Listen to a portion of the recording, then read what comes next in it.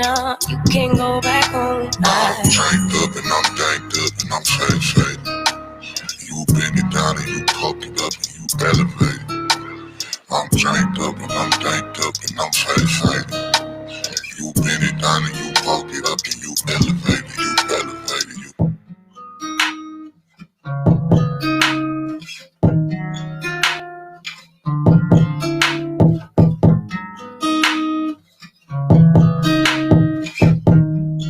Nathan Ivey Show is supported by listeners.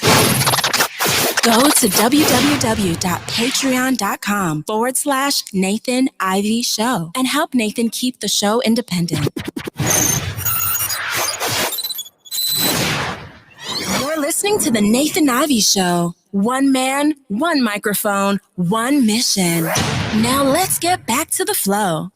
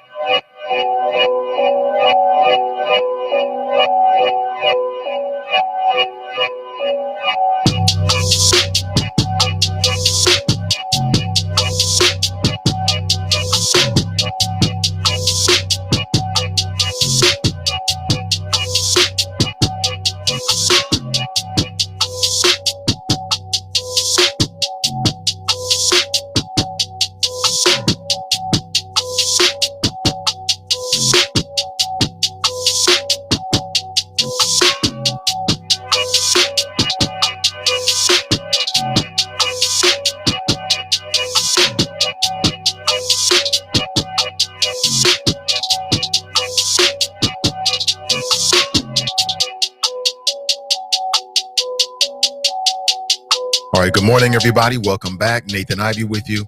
It's the Nathan Ivey Show. Warning, unfiltered black thoughts. You may be triggered within the next 2 hours. All right? I promise to inform, engage, enlighten, and in some cases, enrage. Welcome back. The Nathan Ivey Show, of course, Cincinnati's first daily digital talk show. The focus is on the black community. Everybody, welcome back. How are you? Good to see you. Yeah. We straight now. Hey, good morning. Come on in. How do you feel? It's official, right? Congratulations to the Biden-Harris campaign, all the people that worked on it nationally. It's official, or at least it's kind of official.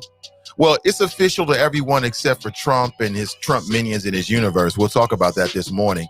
Again, 513-873-7134. Please take a second to like and in particular share today's show, family. It means everything. When you share the show, more people see it. It brings the gospel of flow to more people early in the morning.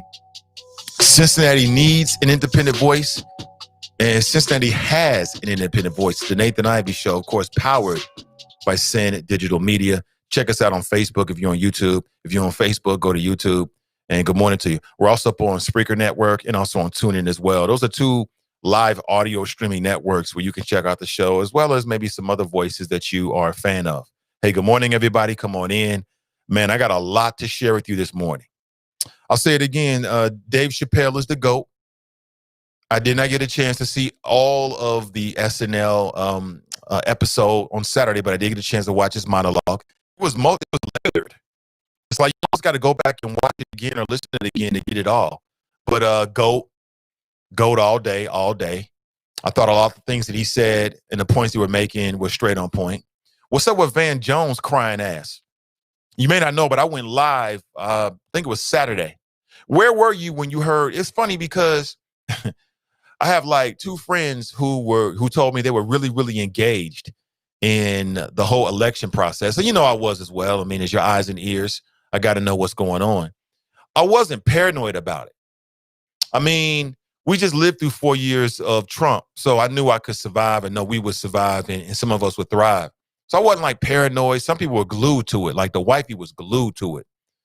But what's so interesting is as much as I was paying attention, on Saturday morning, I was taking, my Saturday morning walk. And I take my phone with me, as of course, everywhere, but I was doing other things. I really wasn't paying attention to the news. I give myself a break sometime. I'm at the news all the time. Sometimes a nigga needs a break, right? So I'm paying attention to it. I come home. As soon as I get on the porch, the family hits the door. And, I'm kind of resting. They're like, did you hear the news? I'm like, what happened? Did the aliens reveal themselves? Like, no, Joe Biden, the news just called them. So I went online and immediately did a video straight from my porch. Some of you might have seen it. Seen a few hundred people got a chance to check it out. And I shared my honest thoughts with you, and I'm here to do the same thing right now. So let's take it from the top, family. Let's get straight into it. No further ado. Hold up on the fireworks. You Van Jones ass Negroes out there crying about what you crying for. Let's hold up on the fireworks.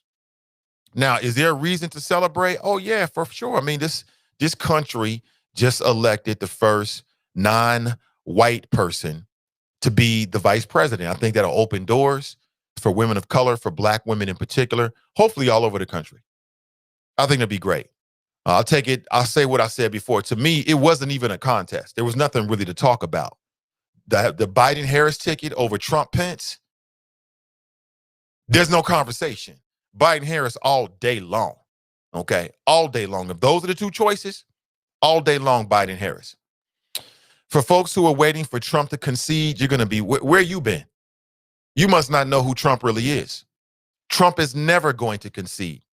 I would be very surprised if Trump ever concedes that he lost the election. It wouldn't be consistent to himself, who he is as an individual, or at least the way he's portrayed himself.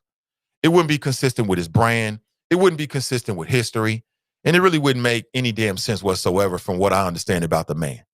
Here's a man who to this day has yet to admit that he was wrong about the Central Park Five, the now exonerated Central Park Five. Every other human being in the universe or in this world and all the non-human beings in the universe know that those brothers were exonerated and did not commit the crime, except for Donald Trump. Here's a man who rode into the White House on a modern day racist Southern strategy. Birtherism is or was and is a racist Southern strategy. I mean, just think about this for a second. For you to actually believe it, and there's about 30 to 40% of the population that actually believed it, that Barack Obama was an illegitimate president, that he didn't have a birth certificate, that he was put there by the media elites, the blacks, the gays, the transgenders, the progressives, and the Democrats, and CNN and MSNBC. We all conspired to elect Barack Obama so he could put in place a middle-of-the-road agenda. But they actually believe that. And before you lampoon it and be like, oh, these guys are Trump pansies, you got to think about the mentality for a second, family. You got to think. For you to believe that, right, as an individual, for you to believe in birtherism, that Barack Obama really wasn't an American citizen, we laughed about it for years. It's ridiculous. Like, where they do that at? When has this country ever broken the rules so black people can get out in front and lead? Give me an example. I'd love to hear it. I've never seen it. This country don't work that way. I mean, it's foolish, but people believed it. And for you to believe in birtherism, then you would have to believe that the whole system is corrupt. And to some degree, that underscores and even informs us as to why Trump supporters never left him. They never left the circus. Because, okay, he's corrupt. They believe everybody's corrupt. Okay, he's doing things in an unorthodox faction. Okay, well, y'all put Barack Obama, who wasn't really an American citizen, in place. Remember John McCain, that famous moment during that first election when he was at that town hall and a white woman stood up and she's like, I don't believe he's a Kenyan. He's not even a real American. He was like, no, man. I gave John McCain a little bit of respect for that because he kept it real. It was in his own best interest to do what Trump did and lie about it and play the conspiracy route. But John McCain, I ain't saying he was no angel, because he wasn't. But John McCain didn't do that. He said, no, ma'am. No, ma'am. We just have a difference of opinion. But this woman stood up and said it. That was then. Fast forward to today. They ain't going nowhere, homie. Trump ain't going nowhere. Trump right now is making money with his Trump support. How do I know? I'm on the email list. Ever since I went to the RNC, I've been on the email list. I mean, these cats are hilarious on these emails, man. I damn near want to block them because they're in my email box on Gmail all the damn time, begging for money. 1,000%. We'll match your donation by 1,000%. I mean, damn. You got it like that? So right now they got the Trump Legal Defense Fund, right? Even though to this point there's no credible information in any state, anywhere in the country, that there was any grand voter conspiracy. The real voter conspiracies have been committed by Republican Party members over the last, I'd say, 15, 20 years. They've conspired in legal ways to try to stop black people from voting. That's the only voting conspiracy. You go back to the 50s, 40s, 50s, and 60s before the civil rights legislation. These mofos were stealing your right to vote left and right. Now they want to complain about voter conspiracies. I won't even get into some of the details of some of these cases. It's laughable. There's nothing really there. But Trump is a creature of litigation. If you know anything about him, this is what he do. It's what he do. Oh, okay, I owe you money? Okay, well, I'm going to sue you claiming that you lent me the money using unfair lending practices and just tie it up in court for as long as possible. This ain't nothing new for Trump. Trump don't give a damn about no court cases. That's what lawyers are for. Trump ain't going nowhere. And he might be a problem. He might be a problem because he's going to whip up the Proud Boys. Somebody in the community sent me an image of what appears to be a new chapter of the Proud Boys here in Cincinnati. Am I alone in that? Anybody else see that? Are the Proud Boys now in Cincinnati? Well, come on in, Proud Boys. We ready for you. Come on in. Put you on high alert, family. Proud Boys might be in Cincinnati. Is it proudboyscincy.com? I think it is. I'm going to go there live on the show and see what we can see. He's going to continue this because he's narcissistic and it serves his own interest. I don't see Trump ever conceding, ever, because he's never conceded about birtherism. He's never said, you know what? I was wrong on that. Never.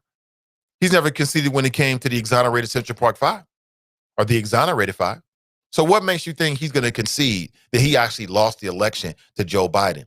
And speaking of that election, to all my Democrat fans out there, don't fall asleep. That was a razor thin margin. Joe Biden won some of these states by like less than 100,000 votes, less than 50,000 votes. I mean, it was super close. And COVID sunk his battleship. Trump's horrible COVID response sunk his battleship. That's what did it. Scuttled his boat. It's on the bottom of the ocean right now. It's hilarious. Did you see the press conference with Rudy Giuliani? I won't even play it. I'll just editorialize it for you. Ridiculous. Absolutely ridiculous. Trump's out there just whining and crying, talking about he's not going to leave the Oval Office. Okay, well, you can slate it in January. So now everybody's on Trump watch. What is the lame duck and now super pissed off president going to do in the next 2 months? He's going to do something crazy? What can he do? We'll find out together, family. 513-873-7134. Long after they drag his ass out of the Oval Office come January 20th, 2021, Trump is going to be out in the media. I can see him continue doing his parades and his campaign events. And he's going to be talking about how the media, how the Democrats, how the blacks, how we all conspired against him to steal the election. He was winning. He was winning at 7 o'clock. He was winning at 9 o'clock. And then all of a sudden, what happened to my lead, right? He's going to continue to do that. And guess what, family? He's going to find an audience. He's going to bend ears. He's going to influence people. He's going to radicalize these people. I can foresee the second coming of the Tea Party. It may not be called the Tea Party, but guess what? Something's going to rise up. And watch what I tell you. Watch these Republicans start talking about the deficit. I guarantee it. Watch. And watch for it. Happens every time a Democrat gets in the White House. When Republicans get in the White House, they spin. They don't even say nothing about the deficit. As soon as the Democrat gets in the White House, all of a sudden, what about our baby's future? The deficit, oh, we can't pass this bill. Oh, no, we can't pass the infrastructure bill because what about the deficit? If we do this, all of a sudden we're going to hear about the GAO. The Government Accountability Office. We ain't heard ish about it the whole time Trump's been in office, but I guarantee you it's going to be an issue. It's going to be on the lips of Mitch McConnell and the other Republicans. Get ready for it. Speaking of Mitch McConnell, the Democrats didn't take the Senate. You know what that means? You know what that means? That's right. I mean, what if Mitch McConnell says, you know what? No Supreme Court appointments for you. No administration appointments for you.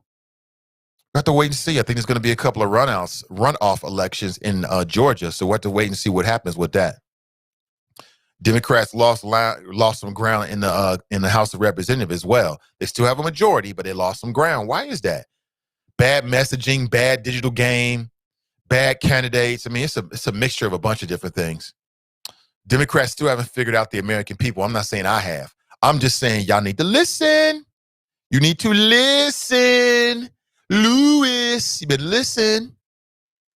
Good morning to you. 513-873-7134. If you want to share your thoughts this morning, I put my number up on the screen. It's a free call anywhere in the country and in some places outside the country. All I ask is that you open your mind before you open your goddamn mouth this morning. Other than that, it's all good. You can always agree to disagree. I don't bite. I'm your friendly neighborhood agent provocateur. I just want to hear how you feel about it. Feeling good? Saw people dancing in the streets. Oh, they was boogie in the streets, dancing in the streets. That is so wonderful. I saw Van Jones looking like a damn fool crying about, oh, I can tell my daughters that the truth matters again. Oh, the truth matters. No, it don't. The truth didn't matter previous to this election. This election was not about the truth. To me, this election was a referendum on Donald Trump and in particular, COVID-19. I believe that's where he lost it. I believe, look, it's a razor thin margin. What's up with Ohio? We've been saying for years that Ohio, that the presidency has to come through Ohio. For the first time since what, the 60s? Ohio was wrong.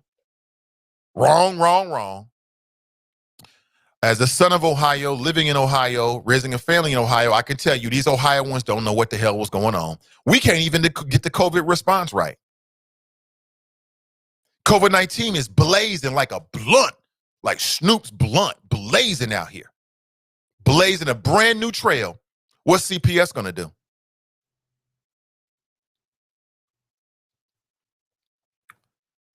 What's Mike DeWine going to do? Not a goddamn thing. They ain't going to do nothing. Because whatever they was going to do, they would have done. Aren't we in purple now? Where's the purple alert? Is the media suppressing this? Shouldn't we be in purple right now? I don't hear anybody saying purple. Because if we're in purple right now, that's just so inconvenient to what the leadership really wants to do. Like, we might push off purple. Aren't we in purple? It's been 3 weeks. COVID-19 is dancing in the streets right now. Winning COVID-19. I will say this, props to all the TikTokers and meme makers. Y'all having a ball. Y'all having a ball, man. These memes are hilarious. These TikTokers are hilarious. The only thing I would say, and I thought this before I saw Dave Chappelle say it, is, you know, you got to be a gracious winner. Got to be a gracious winner because you got to think like 30 to 40% of the population woke up this past weekend and their favorite TV show has been canceled. You ever had a favorite TV show be canceled just abruptly? Like, wait a minute, I was waiting for season 2. You're like lightweight disappointed, right? You're like, wait a minute, where's my show? That was my show. That's how 30 to 40% of the population feels this morning. So we don't need to rub it in. Some of y'all going way too far with the TikTokers. I seen one dude, he was like, the best part of waking up is Donald Trump is fired. Something like that. I don't have a voice for it, but maybe you saw it on TikTok. Y'all is having a blast. Have your fun. Have your fun. But remember this, black folks haven't won a goddamn thing yet. We ain't nothing changed. We're in the same place today as we were Thursday. As we were the Thursday before that, and the Thursday before that, nothing has changed. Now, I stand by what I said. I think that Biden Harris are don't miss me with that. There's no conversation between being better for the country than Trump Pence. But if we're going to be real about it, nothing has changed. Nothing's changed. I know you feeling good. I ain't trying to ish on your parade or anything. You waking up today. It's a brand new day. I'll tell you one thing that may change, though. Maybe one thing moving forward is we're going to get a better response from Biden Harris when it comes to coronavirus, a more realistic response than we got from Donald Trump. Again, that was his Achilles heel, in my opinion. That sunk his battleship. That's why he's somewhere locked in the Oval Office talking, I'm not coming out. Mr. President, it's over. It's never over. Damn Biden Harris, right? It is what it is, though.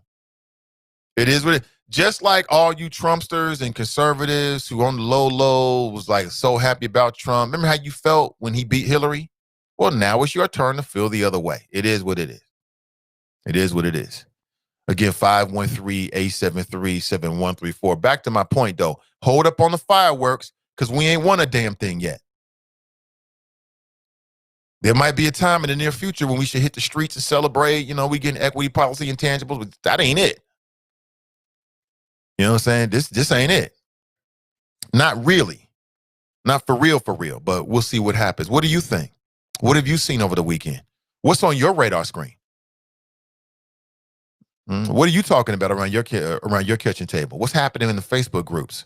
Good morning to you. 513-873-7134. You TikTokers, you meme makers, man, y'all having a great, enjoy your time now. You earned it. You earned it. When I went live, I wouldn't say I was surprised because I'm rarely surprised by people's reactions to anything that I say or anything that's said out there these days. But I went live on Saturdays and got a little bit of pushback from some folks when they didn't appreciate me criticizing Van Jones.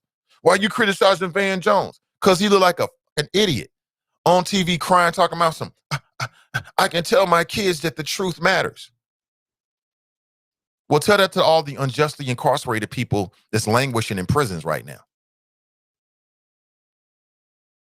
Tell that to all the American workers that's being exploited, working hard, producing for the companies that you work for, and you ain't getting a real piece of it. Tell that to all these people that live in Hamilton County that's locked into bad neighborhoods because city leadership hasn't done a good enough job of balancing new development to affordable development. Tell that to all the black babies around the country struggling to get to their first birthday. Miss me with all of that, Van Jones. He the only Negro on TV crying. You don't see Roland Martin crying about that nonsense. That might be a bad example. You don't see nobody else on CNN crying. Damn, just put a skirt on. Put a dress on next time, bruh. I can tell my kids that the truth matters. The truth doesn't matter. The truth, just because Biden Harris won does not mean that the truth matters, people. Stop it.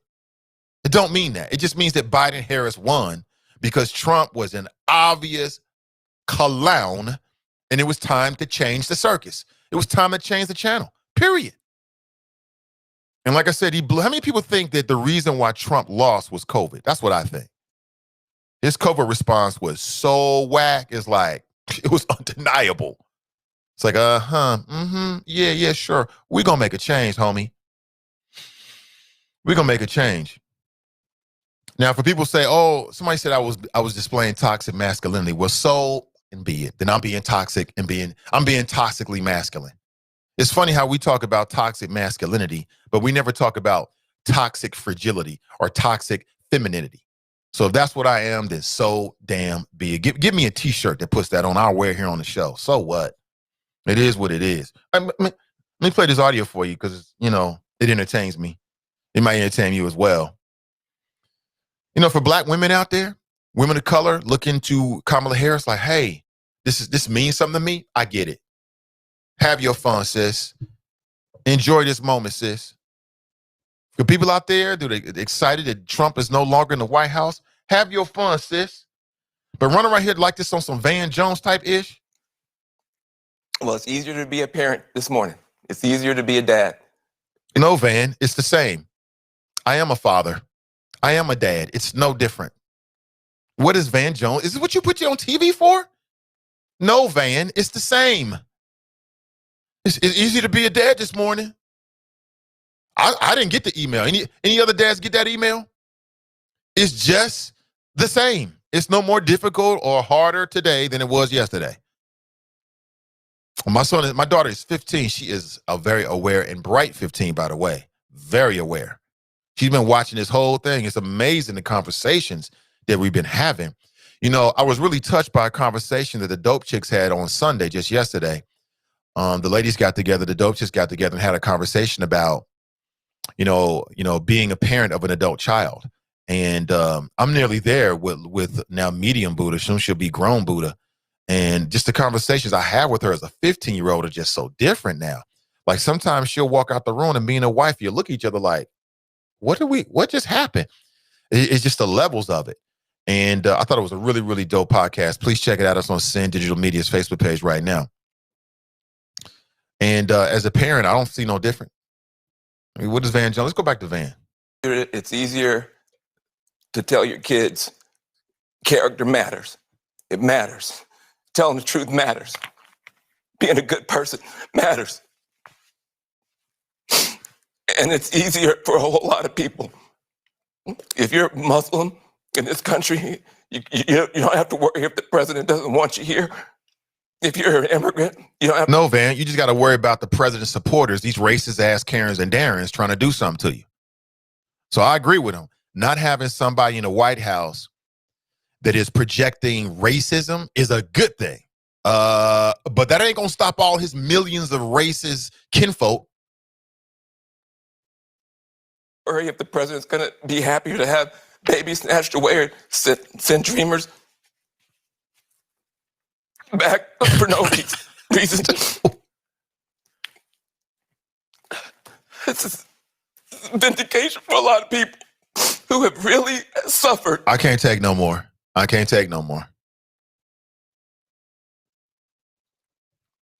Can't take no more. I've heard it. I've heard enough. Thank you, Van. Appreciate that. How is he raising his kids? I don't know, man.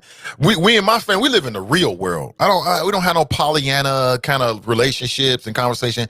I give it to them straight. I give it to my daughter straight, to the point where there's some things she don't even want to talk to me about, like, Dad, I'm not ready. Okay, Dad, okay. Because she knows, whether it's politics, sex, religion, people, friends, family members, I give it to her 100% straight. Don't ask me then. I'm not going to lie to my kids telling him that because Donald Trump is no longer the president, that all of a sudden your skin color don't matter. Wait, is that what you're doing with your children? If that's what you're doing with your children, you mean you go proceed, homie? Do you? But over here, we ain't doing none of that. What I look like? Hell no, I'm raising a black boy. You know what I'm saying? I got to keep it straight with him. Running around here talking about he want to be a police officer. Okay, son. Yeah, that's cool in the house. We got a conversation coming up real soon. Well, really already started, but y'all see this? Some of y'all think I'm wrong. You're wrong.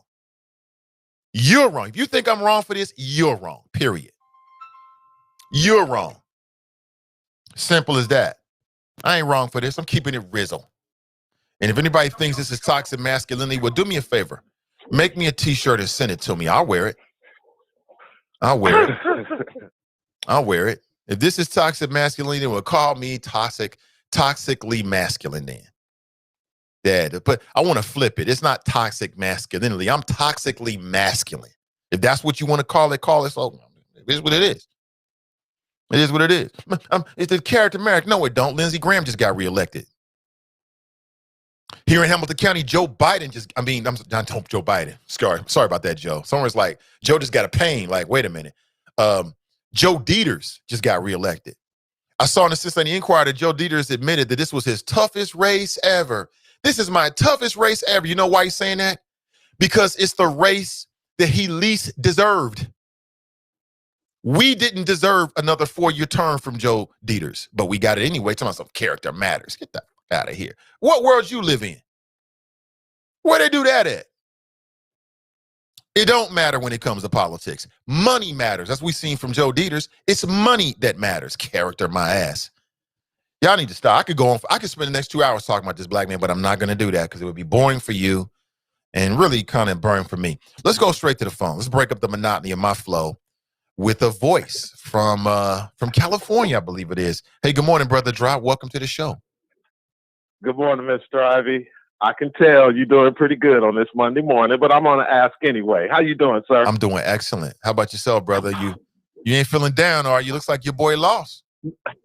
Mr. Ivey, you know how I roll. I've been looking forward to this opportunity. Okay. But I got up my normal time, and turned on the show, see if you're on yet, a little bit before 5. But I started washing dishes, and I turned you on YouTube. I'm listening. I said, yeah, I'm going to wait till later, see what Nate talking about. And you brought up CNN's Van Jones.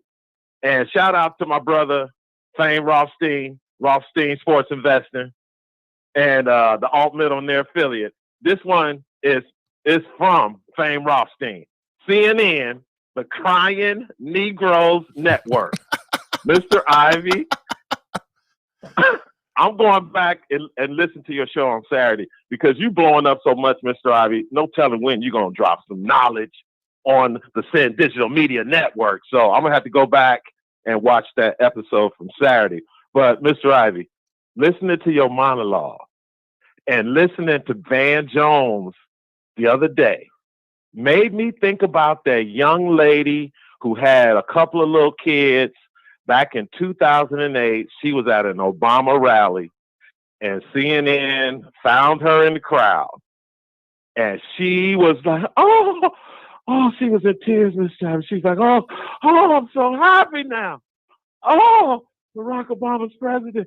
I ain't going to have to pay my rent no more. I ain't going to have to do this no more.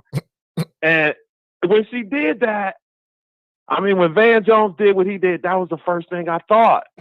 And listening to your monologue, Mr. Ivey, I can just imagine what your podcast was on Saturday. You are 100% right. That needed to be called out by a man of your stature and what you represent.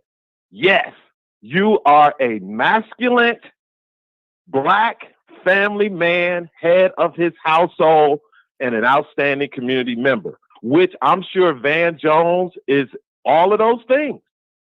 But you do not shed tears over a freaking politician like the president. Of all people in this country's political ladder, the president is the least one that is most connected to the people of this country. He is the furthest away from Pookie down on 15th Avenue or Ray Ray on Martin Luther King Avenue. So when they look at a man like Van Jones crying like a little biatch on national TV with all that melanin in his skin, and Black men see that, then they change the channel. They see Billy Porter. Then they change the channel. They see another man dressed in a dress, Billy Porter, wearing makeup on YouTube, making money, being endorsed by cosmetic companies. And then the epitome of Van Jones, a Black man crying because a white president was elected. It's just as bad as Andrew Gillum, another Black politician who gets caught doing the nasty with another man and has the audacity in front of his wife and all of the world to say, I am bisexual, but I'm not gay. Mr. Ivey, please, sir, do more shows like you did on Saturday. Take more calls from people accusing you of being a toxic man. Do it more, Mr. Ivey. Because this country, with the structure of the Black family and the direction it's going, shout out to all the beautiful Black strong women out there doing their thing, because you got some Black men out here confused, Mr. Ivey. And then to have a prominent Black man like Van Jones get on TV and cry about a damn politician, it's pissing me off. So, Mr. Ivey, I ain't upset. I am ready. That's right. The cool train is going full speed ahead in 2021 with the anticipation of getting all up in Biden-Harris ass, because they going to do the same damn thing that Barack did. Nothing for Black people. So don't get me started. You've already made before your I pivot. go, Mr. Ivey, I already got to it. Before I go, I want you to keep this in mind. The 25th Amendment.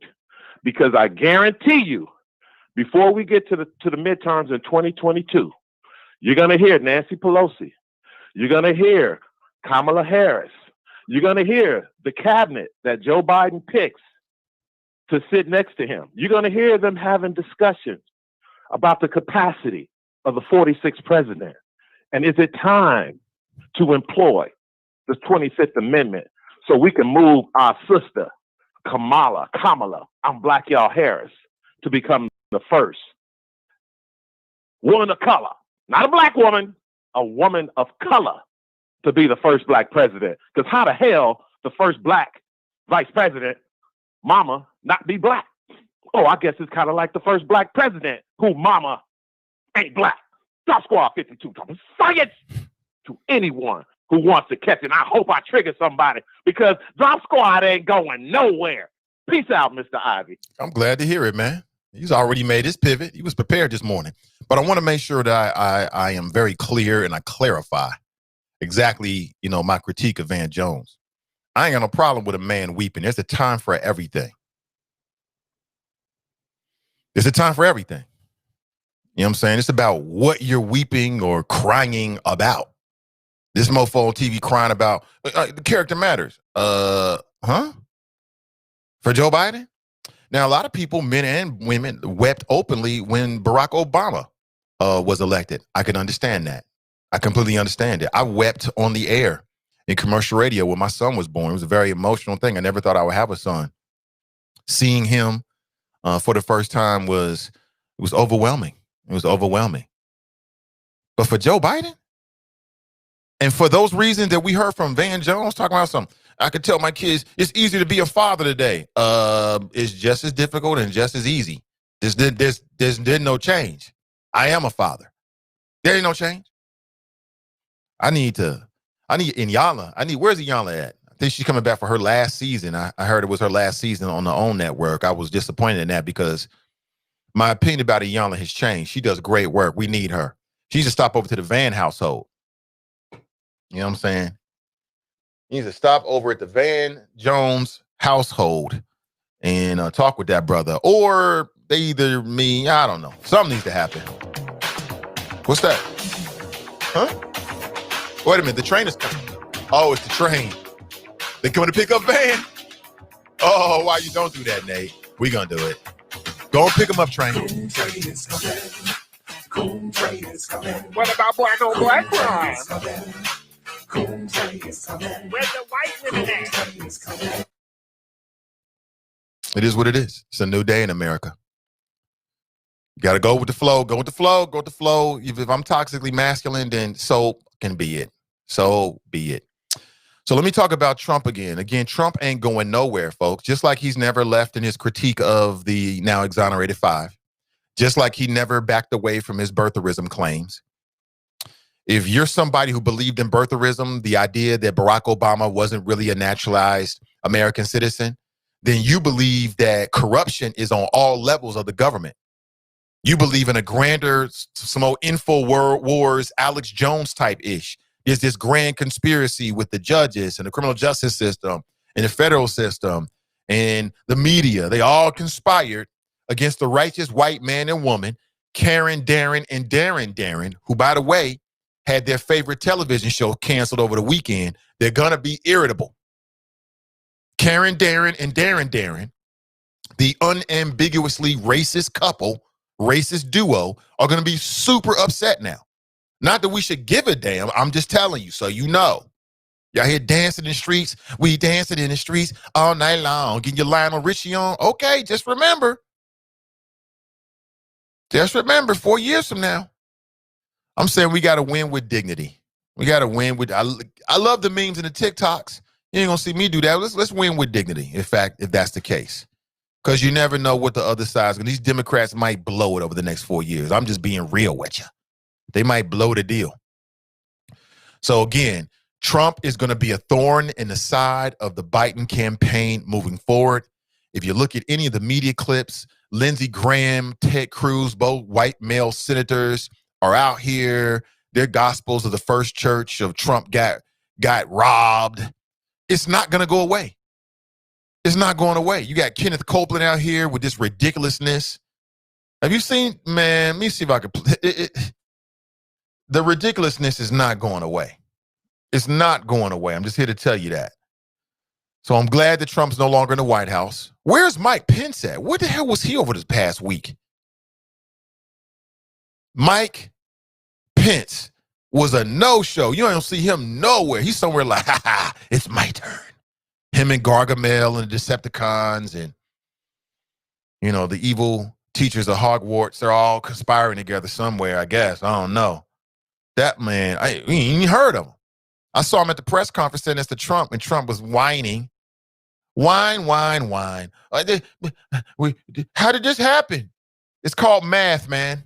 It's called math. Nothing more than that. Nothing more than that. I was up and then I was down. Here is televangelist Kenneth Copeland. And these white televangelists, man, they amaze me. I'm telling you, I'm in the wrong business. I'll say it again. When I retire, I want to get me a church and get me a mega church and run game, because these mofos got people buying luxury jets so they can fly to South America for vacation. I'm sorry, a relief mission, a relief mission. You know, these spiritual advisors to Trump. Here's an audio clip of televangelist Kenneth Copeland. And I was surprised to see he had black people that was like raising their hands. Oh, you speak that gospel. I'm like, what? That's the reason why I can't get down with organized religion. Spirituality, yes. Do I believe in a higher power? Yes. Do I believe what these human beings tell me about the higher power that they've never met before? I don't believe none of you. I don't believe black, white, no, I don't believe that. I'm there for my personal thing, man. Get out the way. Get out the way. But people love Kenneth Copeland. Listen to this. Said what? The media said Joe Biden's president. Ha ha ha ha ha ha ha ha ha ha ha ha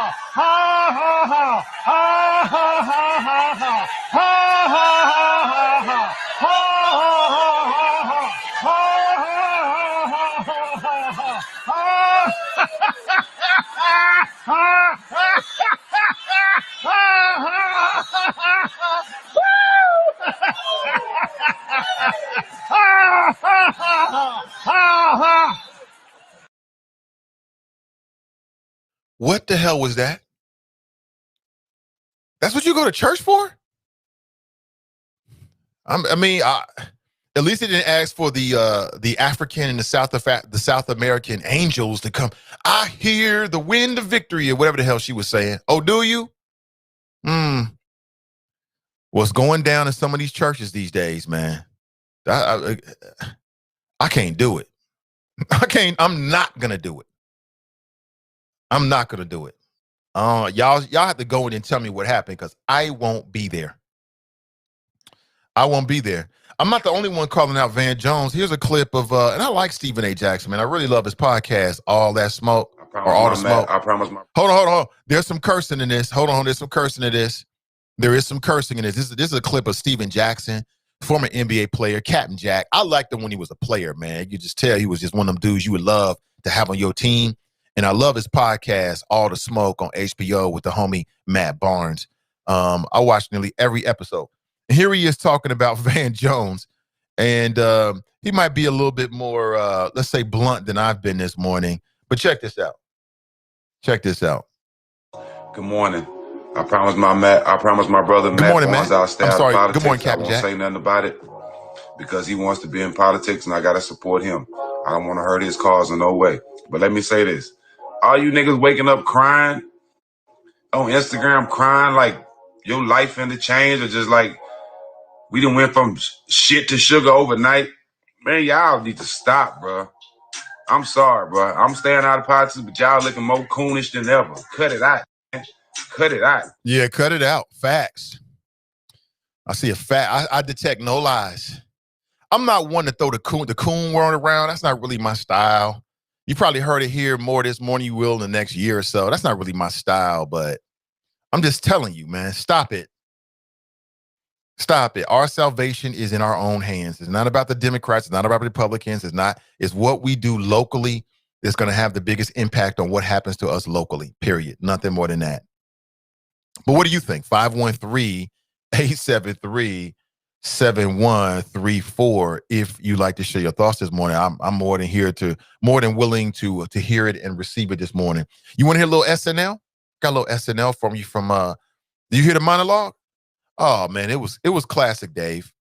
Now there are some curse words in there. There are some curse words. I'm gonna tell you straight up. You got kids around. I'm gonna give you a heads up. Parental warning advisory, the whole 9 yards. I'll play that for you in a second. Dave went in. He said basically, COVID came and and took out some of these murderous white folks, among other things. It was hilarious.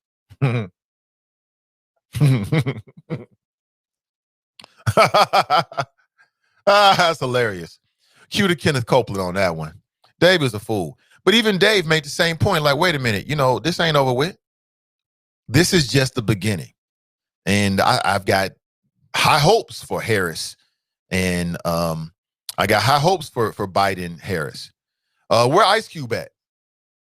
See, now we understand why you need to wait after an election, 2 weeks before a damn election. Now you want to talk about an agenda.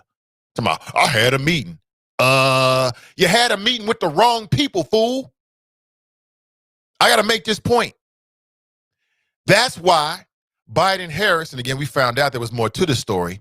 Actually, Kamala Harris said she wanted to have like a Zoom call meeting with him. Speaking of Ice Cube and some other folks, Ice Cube said no, because I want to meet with you by myself and all this egotistical type of stuff.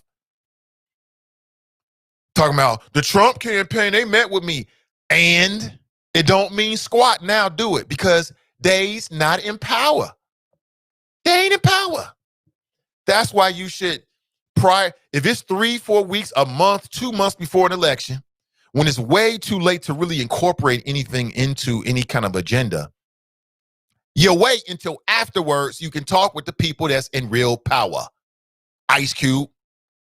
I can't wait to see what we hear more from Ice Cube. Where all these Ice Cube supporters at? No matter what nonsense came out of this black man's mouth, y'all gonna roll with it because you like NWA. Well, I like NWA too.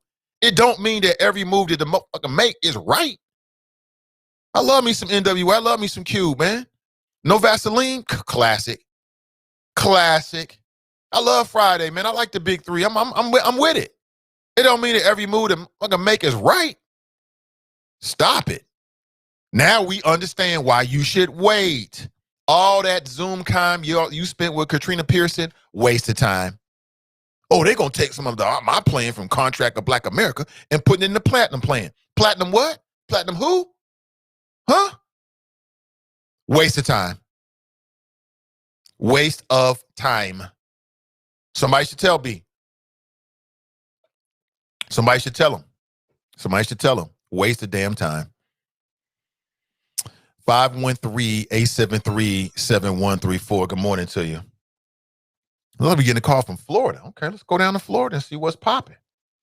Let's see what's going on. Hey, good morning. Welcome to the show. It's good.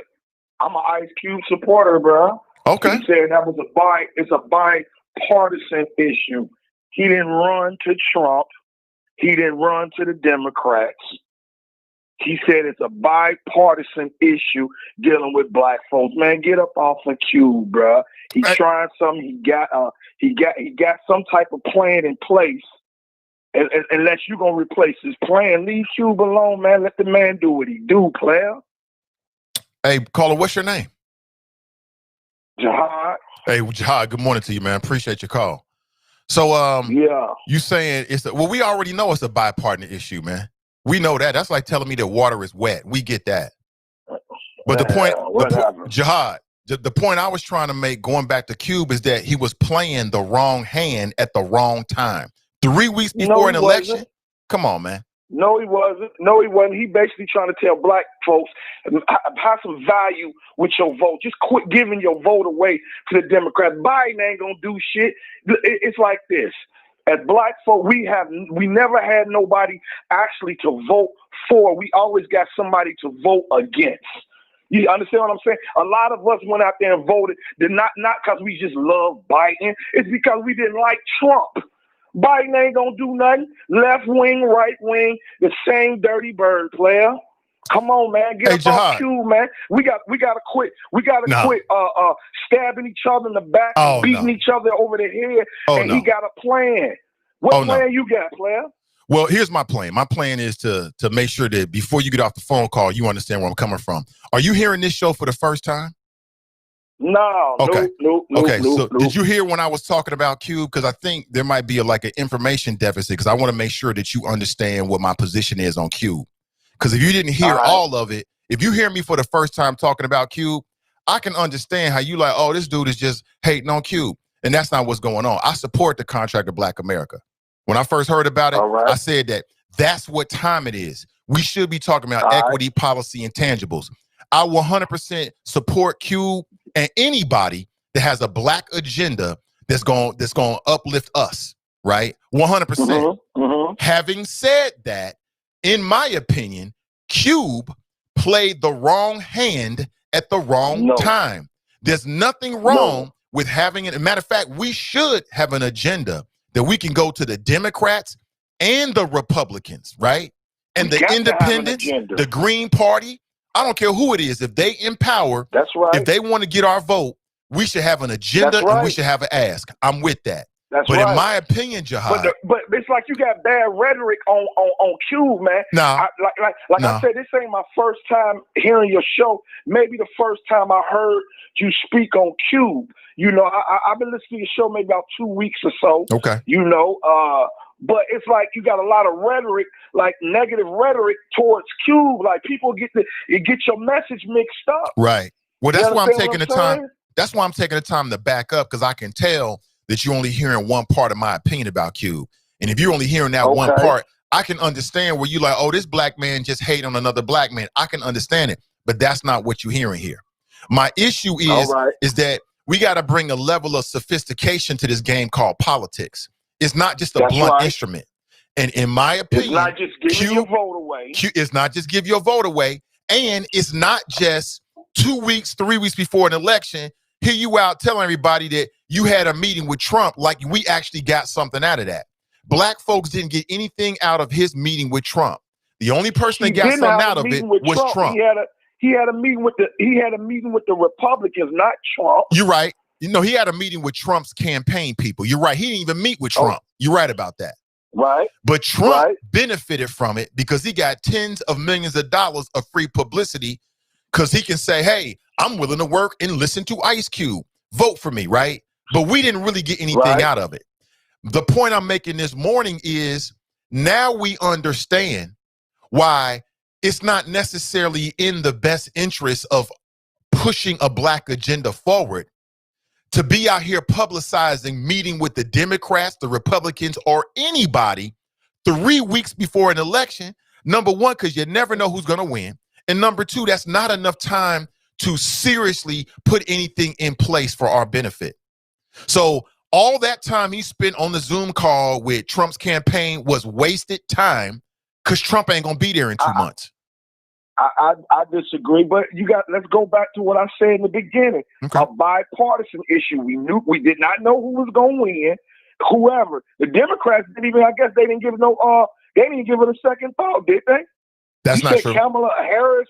That's not true. She tried to zoom in. Kamala, as I understand it, as was reported by the media, Cube was invited. Well, number one, he talked with some Democrats, and they told him, we like 85% of your plan, but let's get back after the election.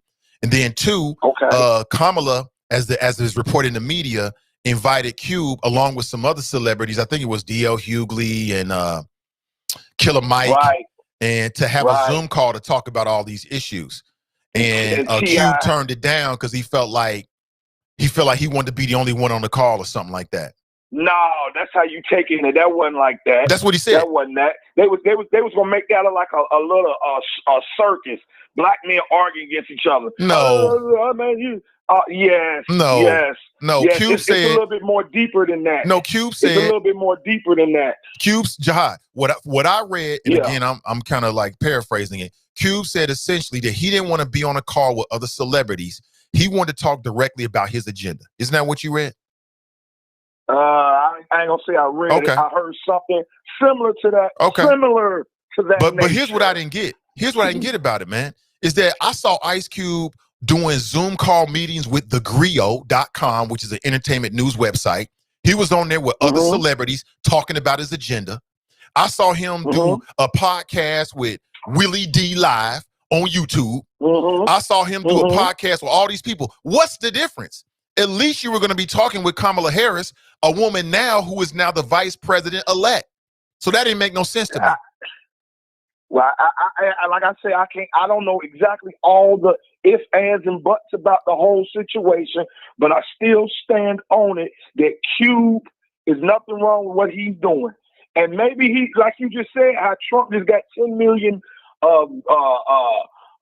free publicity. Maybe that's what she was trying to do. I don't know. I can't speak on that. Right. I can't speak on that. Listen, let me ask you though. It's not no male egotistical thing that Cube is doing because he didn't meet with Killer Mike and T.I. and whoever else. I don't take it as that. Right. Okay, we can disagree, but if you have an agenda, who would you rather? You got a political agenda that you want to put in place nationally. You get an invitation to talk with the people at the Grio, which is a news and information website. You're on a Zoom call with Byron Allen and a couple of other celebrities. Or would you rather, again, if your agenda is to try to put it in place, would you rather do a Zoom call with a person who could be the next vice president? What makes more sense to you? Well, I mean, that's apples and oranges. But I say, I don't know what was they might have had some type of criteria or something how they want to speak. I don't know. You understand where I'm coming from? They might, oh, we're not going to talk about this. We're just going to talk about that. And maybe he disagreed on that. Like, oh, no. But that's not what Cube said, though. Because them snakes is real tricky, man. True. Snake too. True. But here's the real thing, though. So maybe that's the situation. But here's something I think we can agree on.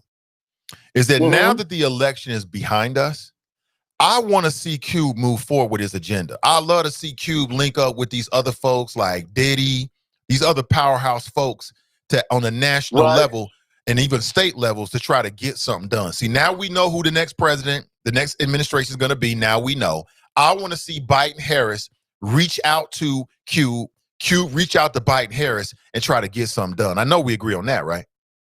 Well, reach out to the black community. It ain't just Cube just heading it. But reach out to us. They ain't gonna do nothing. We gonna have to. We've been had a program in place. Look on the back of the final calls. We've been had a program in place. We need land. Land needs to be put in that. Don't you agree on that? Well, I mean, if we get the money, we can buy our land. That it should be reparations for the black nation? It's in America that been 100%. Since 1555. 100%. 100%. But I think that next move is equity. To me, when I say equity, I'm talking about this black wealth building. So we build wealth in our community. We can go buy our own land. That's right. That's right. Well.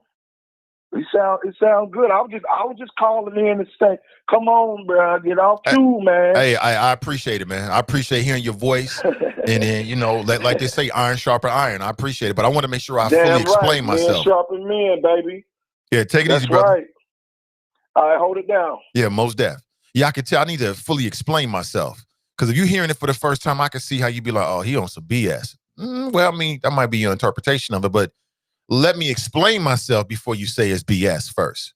You know what I'm saying? But we can always agree to disagree. So moving forward, that's what I want to see. I want to see Cube's plan put in place. I want to see more conversation about his agenda, all the agenda. He's not the only one of the first black person to come up with a national agenda.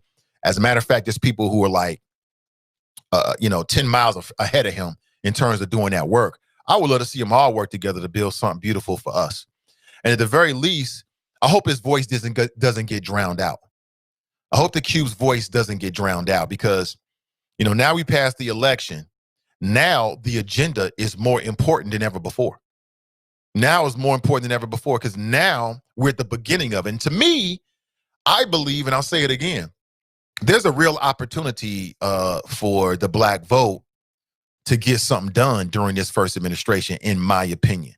And the reason why is because the leverage that we have as black voters is a possible second term. If Biden-Harris wants a second term, and you might be thinking, Nate, you're premature. I'm not premature. I'm not premature. We should be talking about this and thinking about this before they even get in office. It's the mistake that we made with Obama. The mistake that we made with Obama is that we didn't put together a real ask and then create the grassroots foundation to make sure that we put the pressure on and get it done. Let's not make that. It might be too late, but let's not make that same mistake. It's still late in the game, in my opinion. Now is the time. Like, look, y'all know you want to get 4 more years and 4 years from now, right? Okay, then here's how you do it. The Latinos are going to be doing that. The Latinos are doing it right now. From what I'm seeing across the nation, Latinos are saying that they are the reason why Biden-Harris are in office. Latinx, they galvanizing and organizing right now. They've been organizing. They're organizing right now. Matter of fact, I got a clip. I'll play this for you. Black folks, let's make sure we get our piece of this. We got to let our voice be heard. Latinos are going, man, it's being reported that Latinos are the new powerhouse politically. They're trying to overlook us. They're trying to overlook us. Now is the time. Organize. Biden-Harris, here's what we want. Create the infrastructure so we can put pressure on the power structure. And then in 4 years, if y'all don't come through, we ain't coming through. Black men statistically are already headed in that direction. If the numbers hold true, statistically, black men are already headed in that direction. That's out the door from the Democrat Party. Overwhelmingly, black men voted for the Democrat candidate, but those numbers are dwindling. Those numbers are dwindling. Now is the time. Let's not wait. What is this, 2020? Let's not wait to 2023 talking about something. We got a black agenda. It's too late. Right now is the time. I want to see Puffy link up. I want to see Black Futures Lab, Black Lives Matter, the contract of Black America. I want to see them form Voltron on the establishment. Get it done. Do it right now. You know what I'm saying? Because Latinos are, let me play this clip for you real quick, and then we'll go to the phone call. Check this out. Telling you. But I want to talk about what you just said about the women.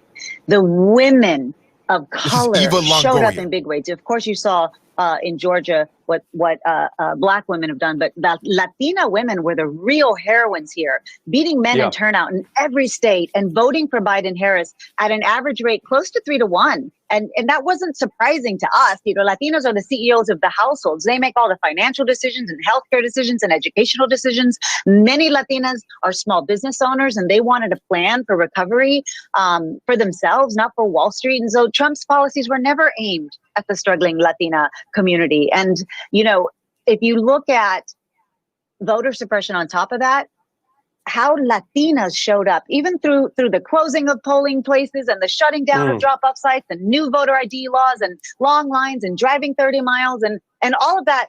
And on top of that, restrictions and safety protocols of a pandemic. That spirit and perseverance that Latinas use in their daily lives, the struggle to pay their bills and the struggle to show up to their jobs and homeschool their kids and take care of their elders, that's the same perseverance and spirit they use to show up at the polls. That's Eva Longoria. And, you know, she's singing the praises of her people. I ain't against them. I'll say it again. What we really need is a black-brown coalition.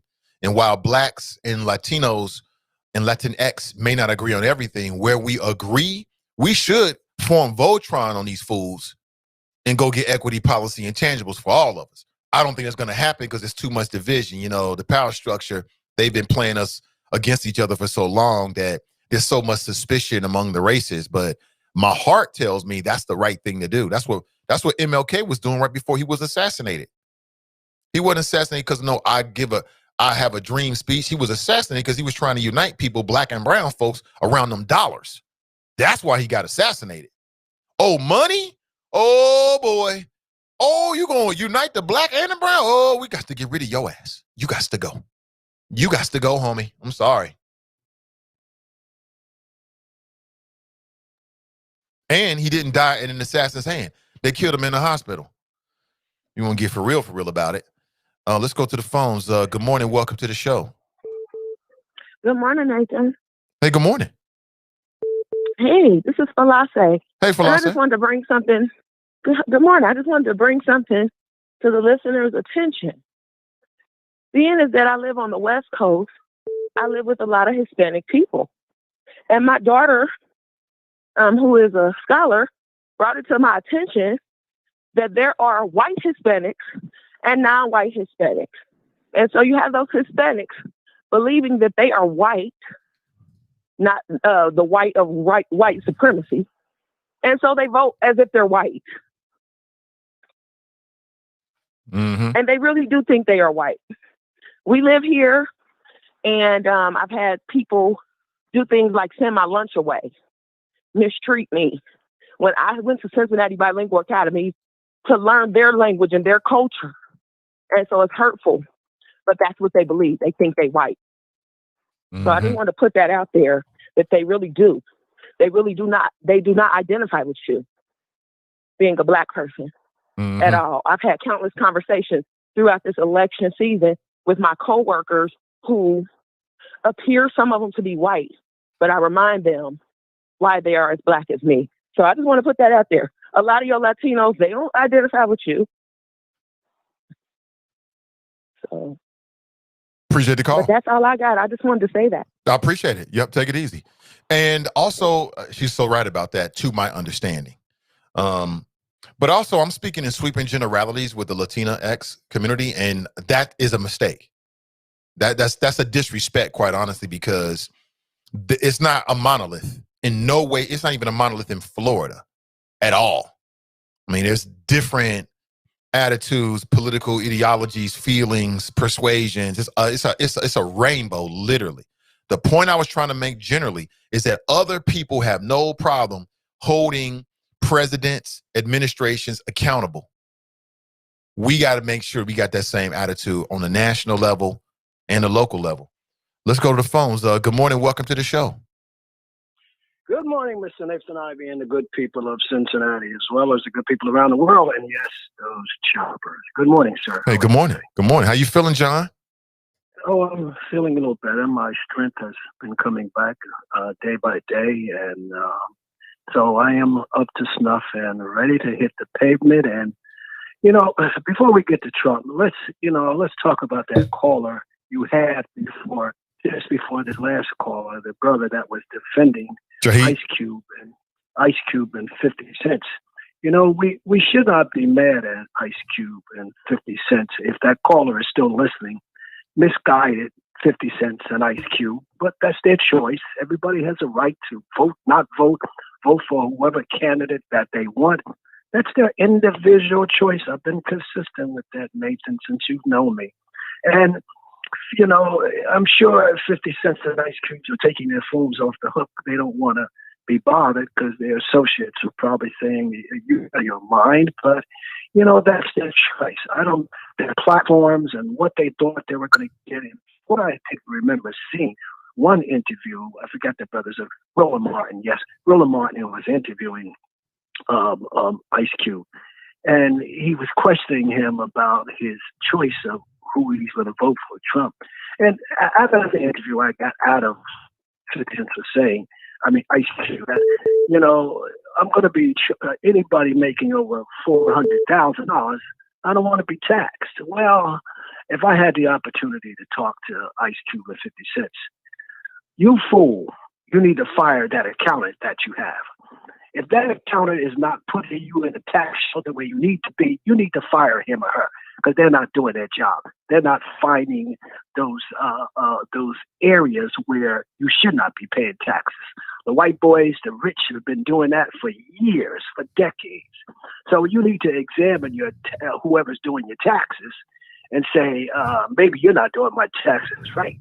It's a simple arithmetic.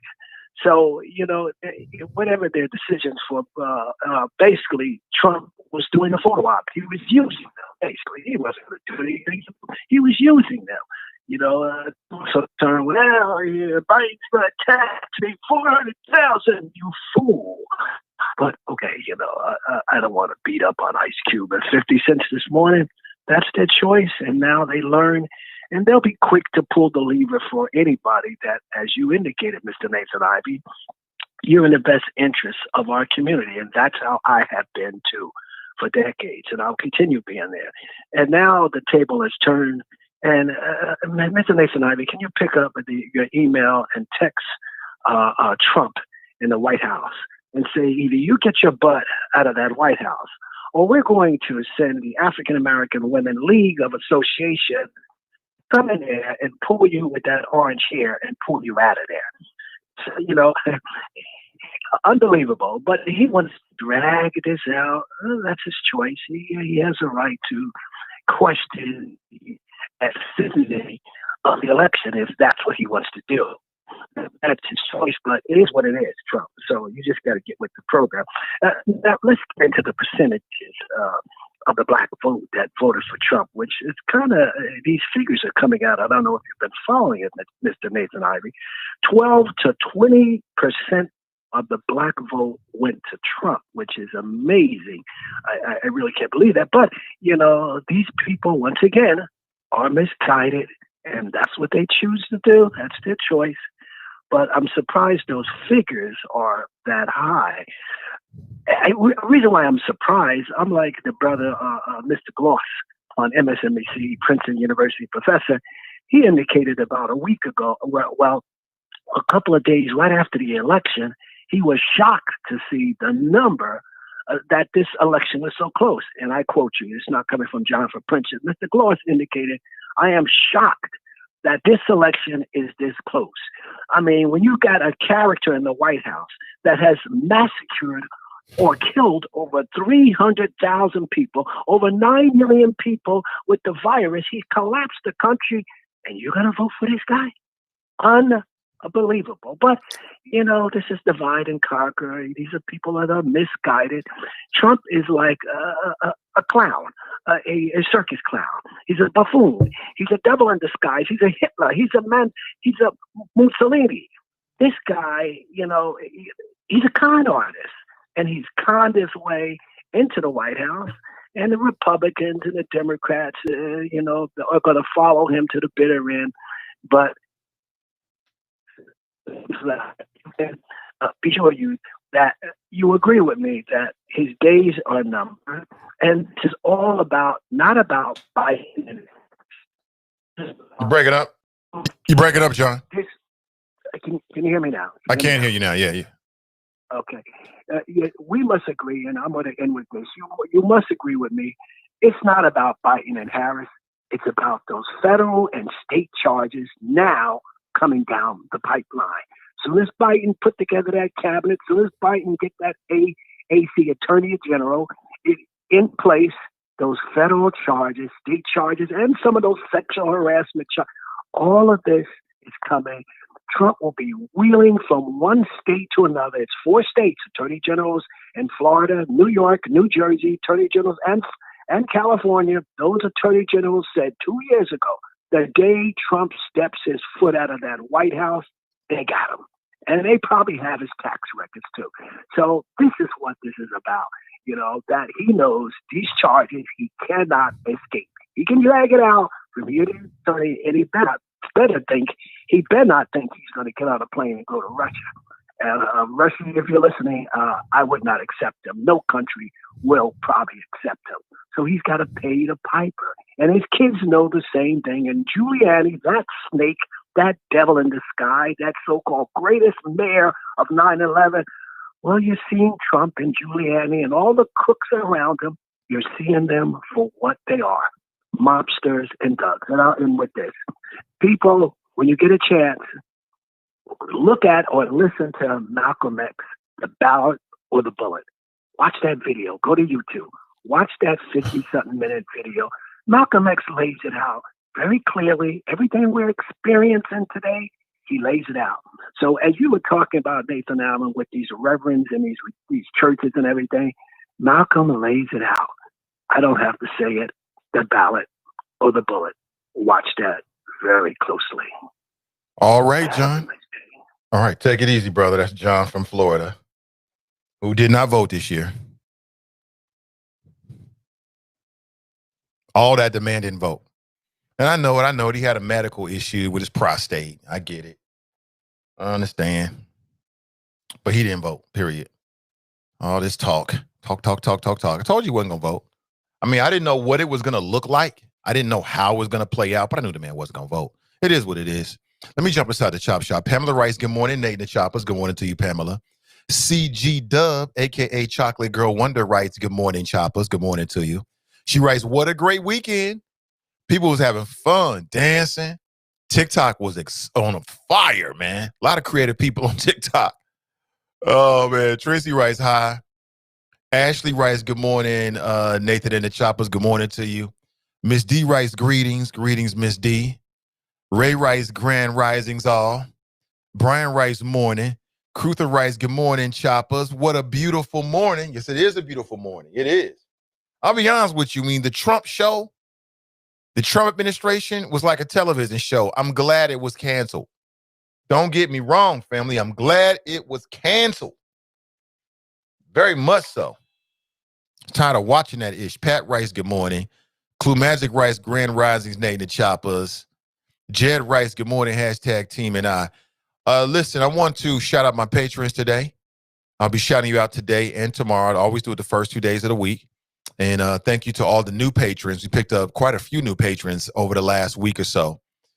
And I just learned you just got to ask. So straight up just make a direct appeal and ask people to join what you're doing. And I'm on a mission to amplify Black voices with CDM. And we're just getting started.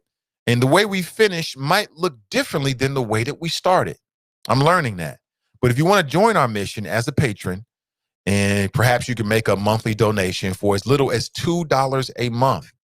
As little as $2 a month. And I'm not saying that's a little, that I'm not trying to tell you how much is too much money for your pocket because you grown. You know what you got to do.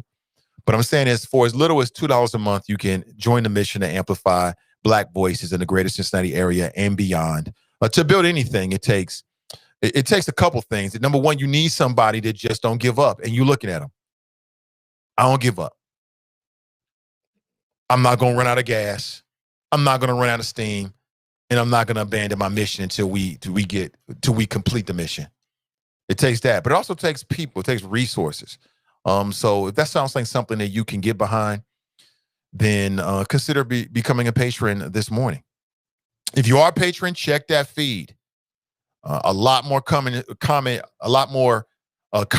over the weekend, and you can expect more regular content from me to you on all levels. So make sure you check that feed. There's actually an app. It's called the Patreon app that's free. You can download it, and that way you can get access to the content straight from your phone. You don't necessarily have to go to like the website. I just think like of course I'm on both, but I think from your side, I think having that app would be a good thing if you're interested in connecting. If you're not, do you? No hard feelings. I ain't upset in the least. Trust me. Serenity writes, good morning. Good morning to you. Sharp writes, good morning, Nathan Choppers. It's a new week. Yes, it is. Brent's in the house. He writes, grand risings, Choppers. Nate, leave that man alone, Van Jones. Now, she said that. Oh, she must be big mad at me. That was a 7:37. I went in this morning. Iris writes, why was Van crying? He was crying because he says that, it's a little easier to be a father after Joe Biden won, and that character matters. I mean, what is this, a fantasy world? I don't live in this fantasy world. I live in the real world. Okay? In the real world, we still got crooks, snakes, rat, monkey, snakes in high places. I mean, it keeps going. That's right. Rat, monkey, snakes is still running things in America. It's been that way for a long time. It's going to continue to be that way. It's going to take more than just one election to change things, in particular for our community, one election. Please stop. Mason Marler writes, morning, Nate the Choppers. Hashtag flows rated E for everybody. Hashtag free Joe Biden. Hashtag some want the Dems to turn into the Boheme. The Boheme, the Botham Jean Party, not Boheme, the Botham Jean Party. Hashtag hug a conservative type. I ain't giving out no hugs to these conservative types. F them. You got to deal with it the same way that the progressives had to deal with it. Progressives aren't necessarily, we're happy. Progressives aren't super happy this morning because they was biting people. I mean, it was Bernie people, but it is what it is. You know what I'm saying? I'll take it, like I said, over Pence, Trump any day. And again, where in the hell is Mike Pence? You talk about incognito. This dude got lost. He got lost this morning. We have no idea where he is. I do have some clips from Dave Chappelle. I thought Dave Chappelle did a great job. I thought he did a great job. I think comedy is great. The best comedy delivers laughs while delivering social commentary, social and political commentary. That's just me. That's just me. What about you? Again, 513-873-7134. Now, despite what Eva Longoria and Latin and Latinx political operatives say and media circuits say, we know that Rep. Jim Clyburn and the black people in South Carolina were instrumental in Joe Biden's success. Because if you go back to the primary previous to South Carolina, it was up in the air for Joe Biden. Jim Clyburn delivered South Carolina. That delivered the primary. And of course, that led to the general election. What are black voters going to get out of it? What are we going to get out of it, family? Think about it. 513-873-7134. I'm going to slip into a real quick break. Just a couple of minutes and we'll be right back. All right? Don't go anywhere. Hold up on the fireworks. Trump isn't going away. And black folks haven't won anything yet. Warning, you will be triggered this morning. Don't go anywhere.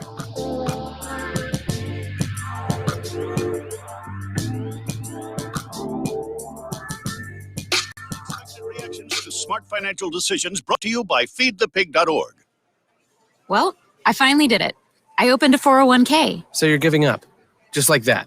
Giving up on what? I'm getting an inheritance from a distant relative. Don't you think if there were a billionaire in the family, we'd know about it by now? Listen to me. We are one phone call away from riding horses on our own private polo grounds. One call from christening yachts, having a butler, using summer as a verb. How do you figure? Look, everyone's got a rich uncle somewhere. It's statistics. So the best thing you can do is just prepare for the inevitable. Right, which is why I thought maybe it would be smart to take control of my finances. You know, start using a budget, get out of debt, set some retirement goals. Budgets? Debt? You watch your mouth. Retirement shouldn't be a goal for us. It should be a way of life. When it comes to financial stability, don't get left behind. Get tools and tips for saving at feedthepig.org. This message brought to you by the American Institute of CPAs and the Ad Council. The Nathan Ivey Show is supported by listeners. Go to www.patreon.com/Nathan Ivey Show and help Nathan keep the show independent. You're listening to The Nathan Ivey Show. One man, one microphone, one mission. Now, let's get back to the flow.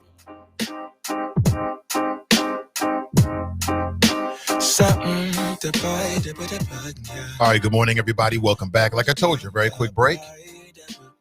Quick wardrobe change, and we back at it. Just want to express some inspiration and some motivation in the morning. I think a morning show should motivate you. Good morning to you. Don't let this world get you down. You can do anything you put your mind to it. Remember, happiness is not something ready-made.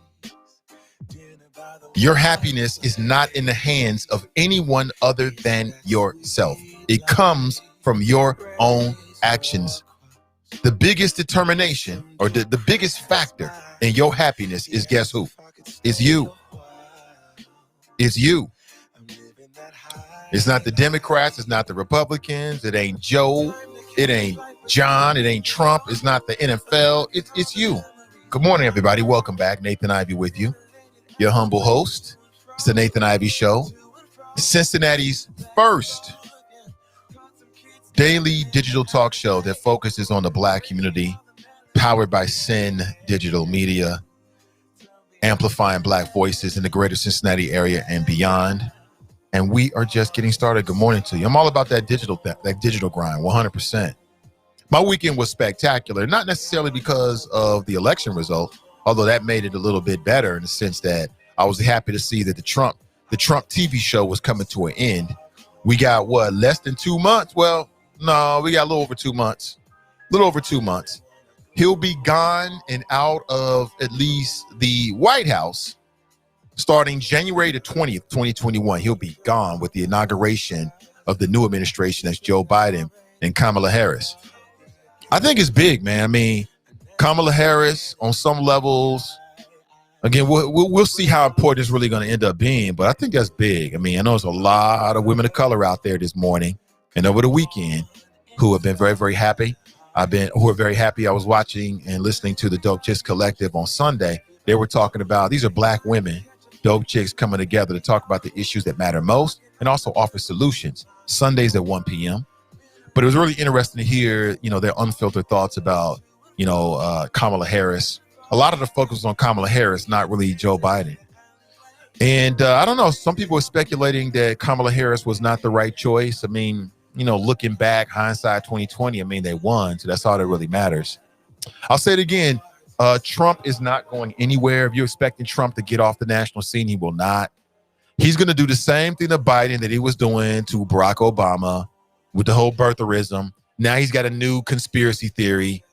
Now QAnon has a new conspiracy theory. Now the Karens and Darrens, right? Karen, Darren, and Darren, the unambiguously racist duo, a racist couple out here in the streets of America. Now they got something else to fuel them. And the Republican Party, members of it anyway, are going to use this to fundraise. They're going to use it as a banner and a flag and a rallying cry. I would not be surprised if you see the rise of the new Tea Party. And then we might even see Mitch McConnell. We might even see like elected Republican officials use this as more motivation. And again, any motivation will do. But to use this as motivation for an obstructionist agenda when it comes to Joe Biden. You know what I'm saying? If the Democrats win the runoff election in Atlanta and then take the Senate, now we talking for 2 years. But we know how these things work. These things go back and forth. The American public is really, they're finicky about certain things. So like, it seems to me anyway that they love to have checks and balances. So if you got an executive in the White House, typically you'll see that the opposition will take, at least one of the chambers of Congress. And that's where we are right now. We'll see. We'll see. Good morning to you. Betsy DeVos, you're fired. Oh my God. I'm going to be glad to see Betsy DeVos go. William Barr, you're fired. Ben Carson, you're fired. And I don't, to me, honestly, I heard what Joe Biden had to say, and I think he's saying the right things. I don't want to here's one thing I had about Obama. I thought Obama spent way too much time trying to appeal to the other side. He spent years and years and years trying to prove to the Republicans that he really wants to be bipartisan. They don't care. They don't care. And I don't want to see Joe Biden waste a lot of time. Should he make the effort? He should make the effort. That would be the presidential thing to do. He should make the effort to try to work with the other side. But don't spend all your time, Joe, trying to appeal to people that don't give a damn at the end of the day. There was nothing Obama could have done short of get on his knees and kiss the ring of Mitch McConnell. And even if he did that, they still would have did what they wanted to do. I don't want to see Joe Biden spend a whole lot of time trying to prove to everybody that he wants to work with Republicans. You should make the attempt and move the F on. You know what I'm saying? I ain't doing none of that. Like I'm all about collaboration. I've reached out to people, and when I get to the point where I feel like, they ain't feeling it, I just move on. No problem. We still cool, but what I look like spending all my time trying to convince somebody to do something with me, I ain't never gonna do that, ever. Never gonna do it. And I don't want to see Joe Biden do that. I don't give a damn who it is and what they have and it makes no difference. I'm too much I care too much. I think too highly of myself to do something like that. It just never happened. Never. Ever. And I don't want to see Joe Biden do that. And I don't think that works. Like at some point you become pathetic. And nobody wants to do something with somebody that's pathetic, right? I don't think so. So Joe, don't do all of that, man. You make the attempt. You might even make it several times because when you're in leadership, I think leadership has to make that kind of, you have to make those kind of moves. But when it becomes evident, when the writing's on the wall, just move on and save your dignity. You know what I'm saying? Here's Joe Biden giving his acceptance speech. I want you to check this out. I agree with what he says. He talked directly to his supporters. He talked directly to Trump supporters as well. But again, I don't want to see him spend a year or 2 years trying to talk to Trump supporters because, number one, they're never going to vote for you anyway. Check this out. I said at the outset, I wanted to represent this campaign to represent and look like America. We've done that. Now that's what I want the administration to look like and act like. For all those of you who voted for President Trump, I understand the disappointment tonight. I've lost a couple times myself, but now let's give each other a chance. It's time to put away the harsh rhetoric, lower the temperature, see each other again, listen to each other again. And to make progress, we have to stop treating our opponents as our enemies. They are not our enemies. They are Americans. They're Americans. The Bible tells us to. Now, Obama said the same thing, and it never worked.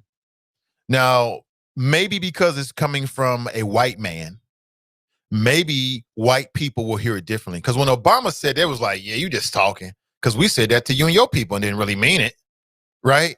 But maybe since it's coming from Joe Biden, they'll hear it differently. But what I would say, as I sit here right now, is that Trump supporters, they don't want to hear that.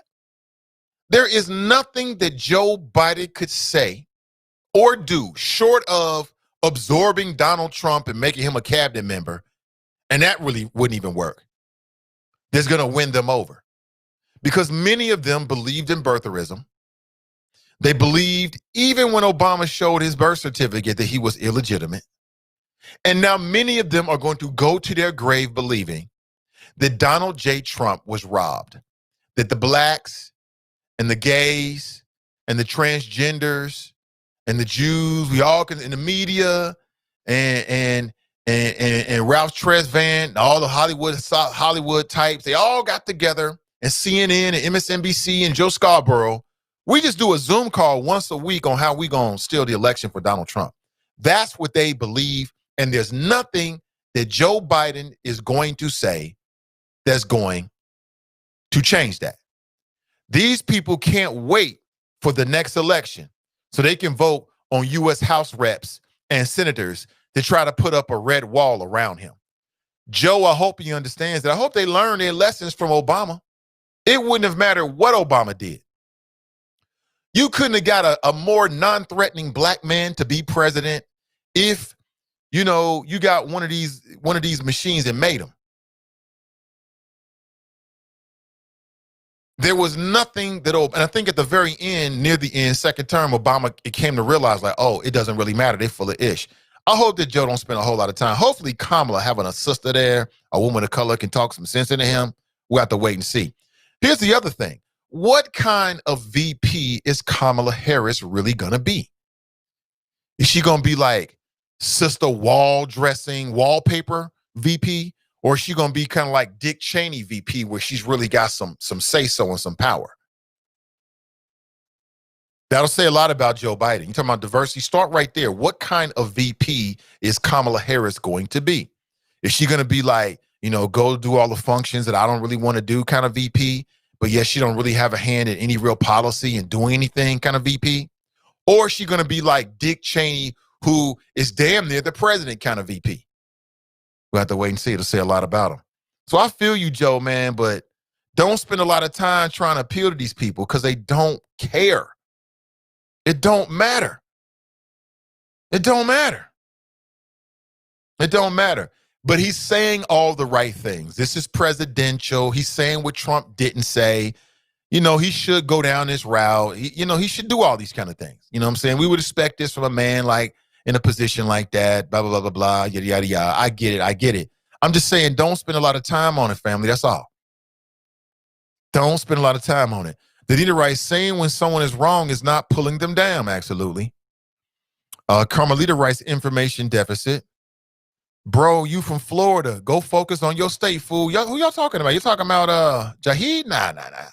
Now, like I said, I could hear that he didn't have the full picture of where I was coming from on Ice Cube.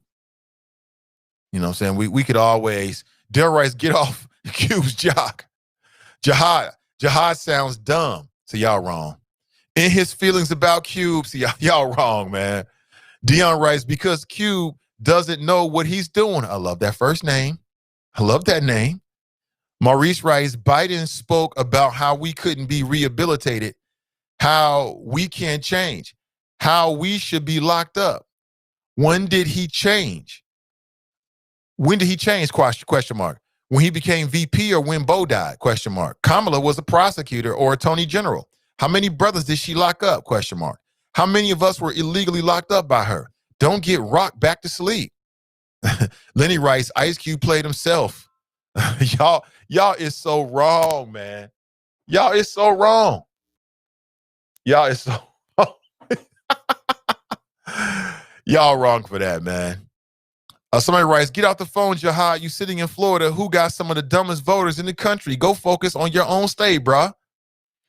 Philip writes, Trump couldn't deliver a racist wall for his cult followers. What makes you think he's going to come through on some kind of black platinum plan? Trump already sitting on a black plan from the Congressional Black Caucus from 4 years ago. Facts. Facts on that one. Let's go to the phones. Hey, good morning, Donnie. Welcome to the show. Good morning. It's Donnie B. You already know I'm calling about Ice Cube. Okay. I said what I said. Hey, Choppers. So here's my issue. Now that Biden is president, you're like, yo, black people never really came up with an agenda of what we want the Democrats to do for us. I'm like, are you kidding me? Ice Cube came up with an entire plan for Black America, and y'all been dragging this dude because he simply took a meeting with Trump. And I'm like, I just don't see that as that big of a deal. And now y'all want to be like, we don't have a plan. So which one is it? Do you want black people to step up and actually give us a concrete list of demands to the Democratic Party, or do you not? Because I'm like, I saw before Ice Cube ever met with Trump, he had a contract with Black America that was good. And I watched people drag Ice Cube then. I just think we like to drag back people for the sake of dragging them. Because people was criticizing Ice Cube when he came up with the contract with Black America, which has a lot of the stuff in it that we claim that we want before this whole Trump fiasco ever came about. And then I see people in the comments like, oh, Ice Cube is just doing it. You know, he's out for himself. Are you kidding me? He's rich. His people are going to be good. The police ain't going to be dragging his people and killing them the way they do us. He's in a whole nother level. So the fact that he's even trying to do something for us, as opposed to being like, you know what, it's above me now, is a testament to Ice Cube. And so I'm just looking like, you know what, black people are fickle. We can't win for losing. I commend Ice Cube for trying. And I don't subscribe. A lot of people are like, oh, well, he needs to stay in his lane. He's just a rapper. So, you know, he should let everybody else do it. Well, who is everybody else? The same so-called politicians and civil rights activists that have gotten us nothing for decades. I'll wait. What receipts and tangibles have these people that you guys are claiming Ice Cube should have deferred to, what have they delivered? Because I'm sitting here as a civil rights lawyer and my cases look the same. The judges look the same. My client's justice looks the same. The Congressional Black Caucus is a joke. What's the guy that was on with Stephanopoulos just the other day talking about, Biden doesn't owe us anything. I'm just grateful to be here and I'm glad that he won. Are you kidding me? That's who you want to be my voice? I didn't see that. Who was that person? The black congressman out of South Carolina that helped get Biden elected for the primary. George called him up and was like, Clyburn? Now that Biden is president, can you hear me? Yeah, I hear you. Was it Clyburn? I can't remember the guy's name. I posted it in the group. I'll put it in the comments and send you the clip. You should play it on your show today. But I was appalled. And me and Omar DeBerry were dragging this dude. Like, wait a minute. So as an African-American male, you recognize that you're responsible for Biden getting elected in the primary and ultimately becoming president. Clyburn. And when George Stephanopoulos asks you, what do you want in return? Your response is nothing, but we're dragging Ice Cube. That's the Congressional Black Caucus, ladies and gentlemen. The same Congressional Black Caucus that's responsible for pushing and helping Biden and agreeing with the 1994 crime bill that resulted in the mass incarceration of African-American men. Can we talk about it? Is it just me? So that's what I want to say is blacks need to make up our mind and we need to be careful and not just because we don't agree with the method or it's not 100% perfect, start dragging African-Americans who are trying. So do I agree that Ice Cube's timing was appropriate? No, it could have been earlier. Do I agree that Trump was going to do anything that Ice Cube had in his contract with Black America? No, I don't. But why are we dragging Ice Cube for even trying to move the needle forward and telling him he's got to get in line? I'm like, my question is, behind who? Show me one civil rights leader that's out here, one politician or political guru that's actually getting receipts. Because I ain't seen no reparations. I ain't seen no civil rights justice. Breonna Taylor, Ahmaud Arbery, and all these people got killed on their watch. So we really gonna tell Ice Cube that he don't have a right to try to stand up? He looking at y'all like, yo, whatever y'all doing isn't working. So I'm gonna shoot my shot.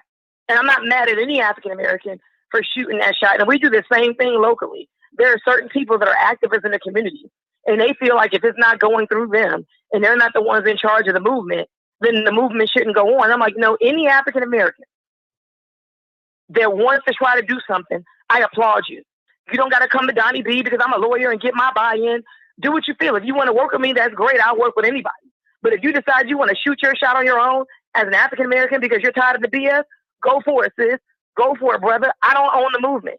Neither does the chick that founded the Black Lives Matter movement that told Ice Cube to get in line. I'm like, are you kidding me? You don't own the movement, sis. There's room in the space for everybody. And if there's something that Ice Cube isn't doing properly or you feel like he could do better, pick up the phone and call that black man and say, I want to work with you, as opposed to dragging you on social media. Because we all have a collective agenda, and that's to come up and satisfy the needs of the oppressed. So dragging Ice Cube every day, it's irritating myself. That's all I got for y'all.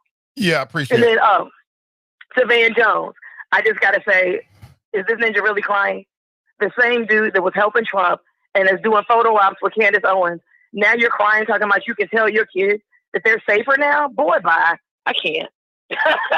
Yeah, but Don, before you roll, I disagree with you. And I think you're making an error on a couple of levels. So one, when I hear the critiques of Ice Cube, I hear it on different levels. It's not just a broad brush. So my issue with Ice Cube is very similar to some of the things you said, in that anybody that's about equity policy and tangibles, you're trying to create policy and get a better Black America for us, I'm with it. You know, I agree with what you said. You don't have to be a celebrity, whoever it is. You're trying to get involved, get involved. But that don't mean that every move that you make is right. And that doesn't mean that you're not open to some critiques. So for instance, you said, like, who's out here? Ice Cube ain't the first person to come up with a Black agenda. He ain't even. No, I'm saying who's out here getting it done. People told him that he was the wrong person for the job. But I'm like, well, tell me who. I'll wait. But here's the difference. There's a big, I support Ice Cube. I support P. Diddy. I see a difference in their approach. When Ice Cube jumped out there, I seen people talking about, oh, it's a great day. Nobody's done this. We've been waiting for this. And I'm like, wait a minute. It's people like Black Futures Lab that's been out here 2 years prior to Ice Cube talking and taking polls and talking with Black voters, creating a Black agenda way before Ice Cube. But because they don't have a celebrity of Ice Cube, they don't get the same visibility. It don't mean their work is not as critical or as serious or as impactful. They just don't have the same platform. So my thing with Cube is, wait a minute, let's not overlook the work that these Black folks have already done. It don't mean he can't add to it, but let's not act like you new to us. With the Black Congressional the Black Congressional Black Caucus, the CBC, they've got legislation on the table right now that's dying on Mitch McConnell's desk way before Ice Cube, and it's stuff that's in Ice Cube's agenda. So my thing is, if at the end of the day it's about crossing the finish line, then we can't overlook the people that might be ahead that's closer to the finish line. In my opinion, we should enhance and try to help those efforts. So if you get out here and you're trying to get something done and you close to the finish line, I'm not going to come from the side on some, oh, ain't nobody out here. If I'm trying to really get something tangible, I'm going to either try to enhance or work with what you're trying to do because you already But Ice there. never said nobody was out here. That's not his word. And my thing is, it's one thing to criticize him. It's another thing to drag him. Like, we should be on this for like a couple of days. Like, you know what, you got played by Trump. Trump's never going to give you what you're looking for in the platinum plan. And, you know, it was a snafu and that should be it. We've been dragging Ice Cube for almost 30 days strong. I'm like, are you kidding me? Some people have. Some people have. You know, for me, I think that in the overall exercise of learning this whole Black political agenda thing, it's going to be like some learning lessons. Sometimes you're going to fall a little bit. I look at Ice Cube, as I said, as a lesson. 3 weeks before an election, that's not the time to play that hand. But we should have an agenda in hand when we go to the Democrats or the Republicans and try to get something done. See, for me, and I said this to a caller earlier from Florida, a brother named Jihad. Okay, great. We may disagree or whatever. We beyond that. Now is the time for Q, Black Futures Lab, Black Lives Matter, for the Black community, for P. Diddy to come together to make that ask, to build exactly. those So let's stop dragging them in the Black organizations community. so we can try to let's get reach something back done. out. It's right now. Let's reach back out to Ice Cube and say, let's get it done. Why is the narrative today and all weekend still dragging Ice Cube? Now's the time to go get Ice Cube and say, all right, Biden and Harris won. Let's get together and look at your contract for Black America. And then let's change the narrative, because Ice Cube didn't come out with his contract for Black America 3 weeks before the election. That's not what happened. He came out with his contract for Black America in the summer. Kamala Harris and Biden and Trump didn't call him until 3 weeks before the election and ask for a meeting. Let's be clear. I would still say that's too late.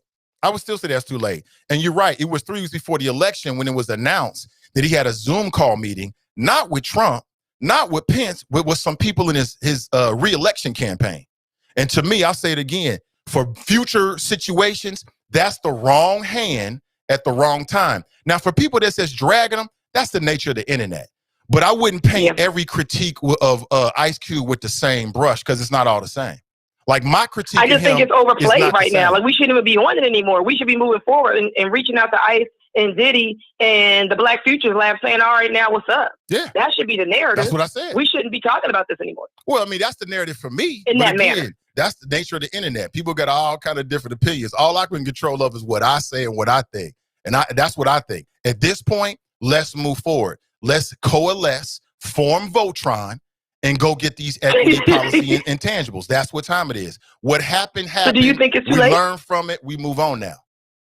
Do you think it's too late for people to work with Ice Cube, or do you think that people are so upset with him that he doesn't have a seat at the table anymore? Anybody that's super upset with Ice Cube to the point they don't want to work with him was never going to work with him anyway. So no. Okay. They haven't even started their term yet. Right now is when we should be building that grassroots coalition, because it's going to take more than Ice Cube and P. Diddy saying do this. You're going to have an infrastructure behind you. And that's why I say you can't overlook Black Futures Lab and these other folks, because they've been building a grassroots infrastructure. You got to have both the agenda and the infrastructure, in my opinion, so you can hold them accountable to get it down. And right now is the time, because they want to be reelected in 4 years, right? Right. Okay, so you want to be reelected? Come see us. Get this agenda passed. If you don't, we might roll with the Republicans. Well, let's see if they reach out to Ice Cube and they collaborate, because your girl from Black Lives Matter, what do you think about her statement where she told Ice Cube to get in line? I didn't hear her say get in line, though. I didn't hear her say get in line. I agree with what she was saying. Her overall sentiment, I got it. Because if I was in her spot, I would feel the same way. Like, well, hold on, Negro. We've been out here doing this. Now you show up with your big old celebrity platform. You just gonna overlook us? Like, wait a minute now. Let's work together. I would feel the same way, honestly. But he said it. When I put my plan out, sis, you didn't holler at me. Yeah, I was available to work with anybody. Where was you at? Her plan was I think it's a jealousy thing. I mean, my thing about this, if you're going to jump into a race and jump into politics, do your research so you know what the landscape is. Don't just jump out here like, I got a plan, like you the first person with it. If it's that important, do your research, know the landscape, know the players, know who you can work with, know who you can't work with. I mean, if it's that important, know the environment that you're getting into. And it seemed to me like, and again, I could be wrong about this, but it seemed to me like Cube didn't do that. He out here like, I ain't never heard nobody. But that's not true, and that's why I hate the media narrative. Y'all realize he had a whole team of politicians and civil rights leaders help him come up with the contract for Black America.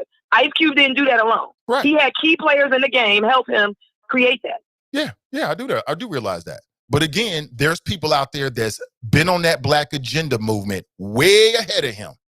And so all I'm saying is, I ain't saying you shouldn't start something, but you can't just, if it's all about us, it ain't about you. It's about the agenda and equity policy intangibles.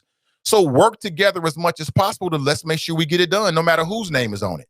So why didn't they reach out to Ice Cube when the plan came out instead of dragging him in the media months later? What's the real reason? I think some of these cats don't want to reach out to Ice Cube and work together with the Ice Cubes and the Diddy because they want their name on it.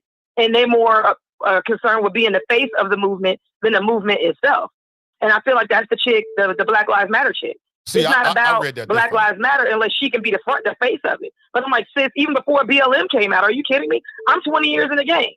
Police brutality ain't new. Before she came out with a BLM hashtag, what the hell she think I was doing? I didn't tell her to get in line when she was downtown protesting and creating nationwide chapters. I was like, do you, sis? I didn't tell her she needed to get in line behind me. I have a direct line to Sheriff Brown. I call him all the time with things I want to get done. If anybody else decides they want to come up with a group or do something political or civil rights, I don't own the movement. I'm one person. So I don't know. I just feel like we got to stop that. There is no line in the area of civil rights. There's room for us all. And if somebody wants to start something tomorrow, they just start it. Absolutely. But we got to be smart too, Donnie. We got to be smart in the sense that if it's about the agenda, see, division creates an opportunity for the people that really don't want to deliver equity, policy, and intangibles for us to use it against us. And that's how I'm looking at it. If you and me is working on something and we take 10 steps down the road, we form these personal relationships, we close to the end goal, and then another group comes from the side. Well, if the people we trying to work with that's in power are resistant to us, they can use it. They can play against both those groups to do nothing. And that's what my fear is. That's why I say, when possible, coalesce. When possible. If it ain't possible, it ain't possible. But when possible, work together, add to it so we can get to that brighter day all together. If they're willing, but I don't think that BLM chick was willing. Because Ice Cube said, why didn't you holler at me? Then forget her. She had no reason. Well, we know that Black Futures Lab is willing because they're working with P. Diddy. P. Diddy didn't come out and say, I'm going to do this all by myself. He said, there's people already out here that I'm working with that have a Black agenda. And he reached out to them. Black Futures Lab. That's who's infusing the Our Black Party. That's where he's getting his agenda. He didn't just say, I'm going to come up with my own group. He said, these people are already here. They already showing success. They've already got an infrastructure. I'm just going to take my P. Diddy, all I have, and we're going to work together. I respect that. To me, that's about the end goal and less about the ego. To me personally, I think Ice Cube got his ego in the way. That's just me personally. You think so? That's how I'm reading. I mean, he worked with people. I just think he didn't work with that one group. That's one group. Right. But what about all the other groups that Ice Cube did work with to come up with his plan, his contract for Black America? Well, there's more than one way to skin a cat. Is all I'm saying. I would love to see Diddy. I'll say it again. I want to see Diddy, Cube, Me too. Black Futures Lab. Anybody that's about us work together to build like a super powerful Voltron, Black party and just go get it done. That's I think would be very, very powerful. I agree. And I think we need to change the narrative for our own self in the Black community and stop dragging Ice Cube and let's shift the focus. Biden and Harris are coming in January. It's time to get to work.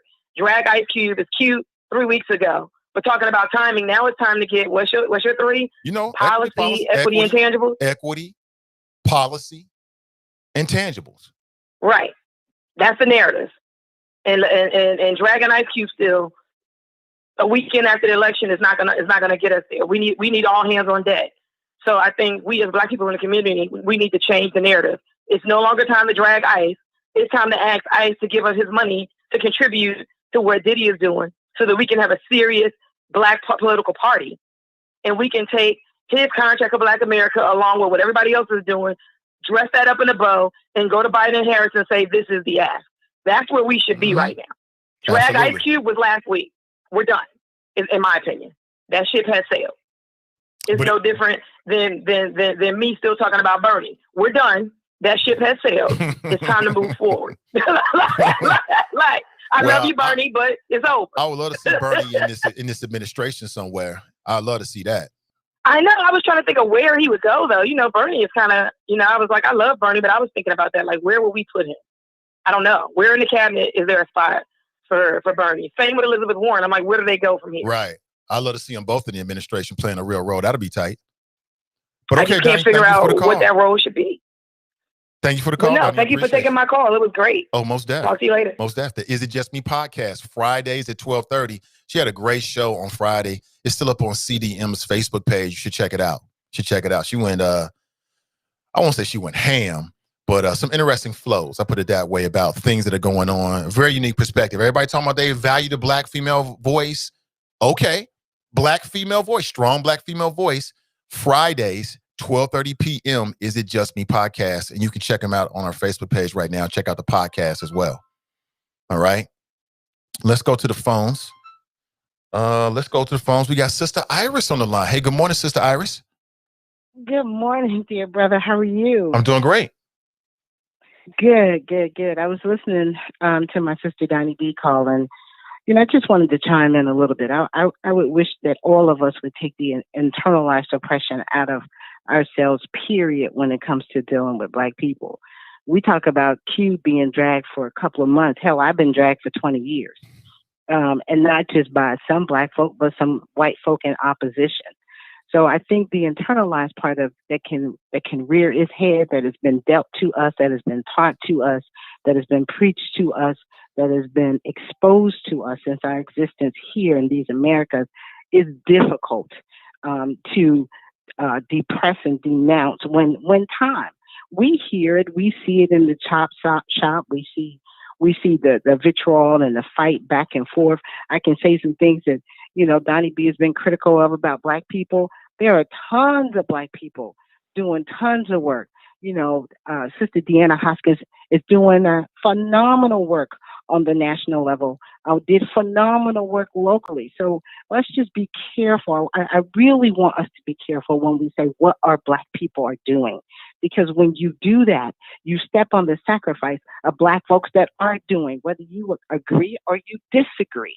Black folks are dying out here in these streets, fighting for equity, fighting for those tangibles, policies, whatever the three that you just named, of which we've been fighting and getting for the past 20 years.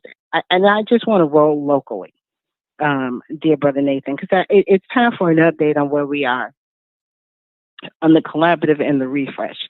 And I'm slightly pissed at Q because he didn't call, those of us who have the only agreement that has the Black people as his class as it relates to the police reform, because that looks different than just general reform. That means specific tangibles as it relates to Black people. That means specific data. That means specific policies. It's just a little different. So yeah, I'm like, well, who said what? I didn't see the group of people who worked with Ice Cube on it.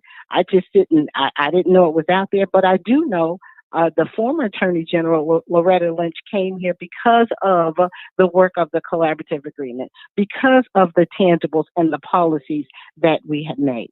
So I want to give you a brief update so that people in the city of Cincinnati, folk who are willing to hold the police accountable, and the people who set policy for them, including the union. See, some of us haven't stopped working because there's a national election, because we understand the intersection of all of it. We understand that we need on the national level qualified immunity to be reformed. We understand on the state level we need the same thing too. We understand the residency of police officers in the city of Cincinnati lies at the feet of the state officials. We understand what local union is getting ready to negotiate now. So if you're interested and if you aren't satisfied with the way the election went, and if you aren't you are satisfied with what Ice Cube said, there's room for you out here doing this work. There is room. Dear brother, that the leaders of the free world, some young folks, stepped up to the call and said, we want to take this on. But that requires, as you just said, to understand the foundation and understand what was really written so that you know where you can go and how you can take what was written and exacerbate that. And so we have goals, Cincinnati Black United Front and leaders of the free world, that we sent to the city. I do believe I shared it with you, dear brother, on where we are, what we expect to happen, and when we expect to happen. We're working on 4 pieces of legislation right now to get of the goals of tangibles and equity and transparency. So if you want to be about this work, if you want to help us push the current legislators, the mayor, and the city manager to the table, to say, come back to the table, then we need you. It's more than just us having these dialogue back and forth. One thing I do agree with Donnie B about is that, yeah, we can walk and chew gum, so we can be critical, but let's be mindful of the work. Let's stay present in the day.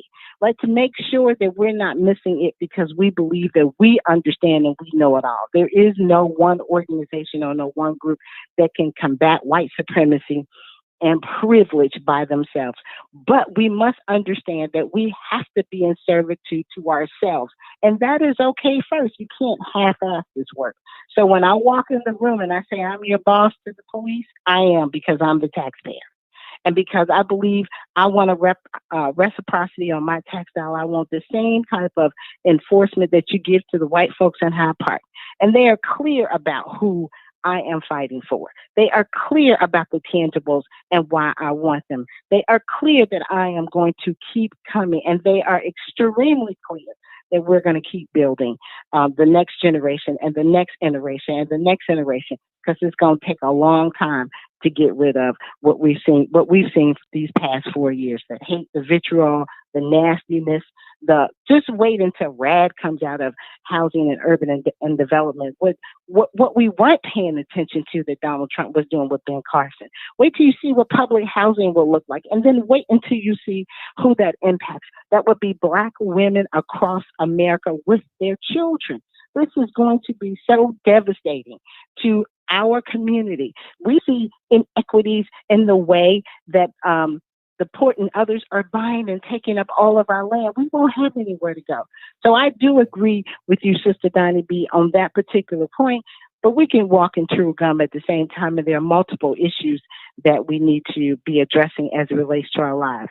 And if anybody is interested in getting down with this work, or you want to see what I'm talking about when I mentioned the goals for public safety in the city of Cincinnati, and if you want to see the 4 pieces of legislation that we've been working on since June that have been presented, the last one that we just helped finish writing was the one around no-knock warrants and raid warrants. And that is a multitude of organizations. It's the Black Lawyers, it's the NAACP, it's the Cincinnati Black United Fund, it's the Ohio Justice and Policy Center, it's the Leaders of the Free World. It is all of us coming together collectively, doing the research and understanding what 12.700 administrative code around those, understanding what that means.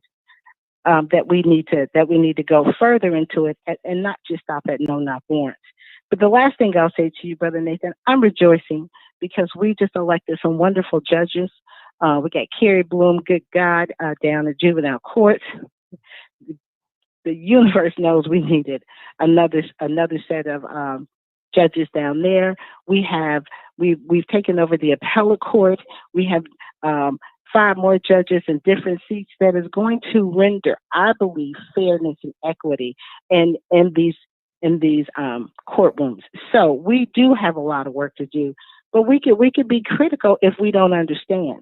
If I don't understand what Ice Cube was saying, I can be critical of that. If I've never heard Ice Cube say anything, if he didn't reach out and, the team say, hey, this is what we're going to do, and just the whole optic of it, it just was a hot boiling mess. So I just wanted to get that out. Oh, please email us at cbufleadersfreeworld@gmail if you want this information and you want to know where we're going next. Oh, Nathan, let me just say this. This is the last update I did get on Friday from the city manager's office. There will be a specific assistant city manager that will be in control and be over what we call the collaborative agreement and its refresh.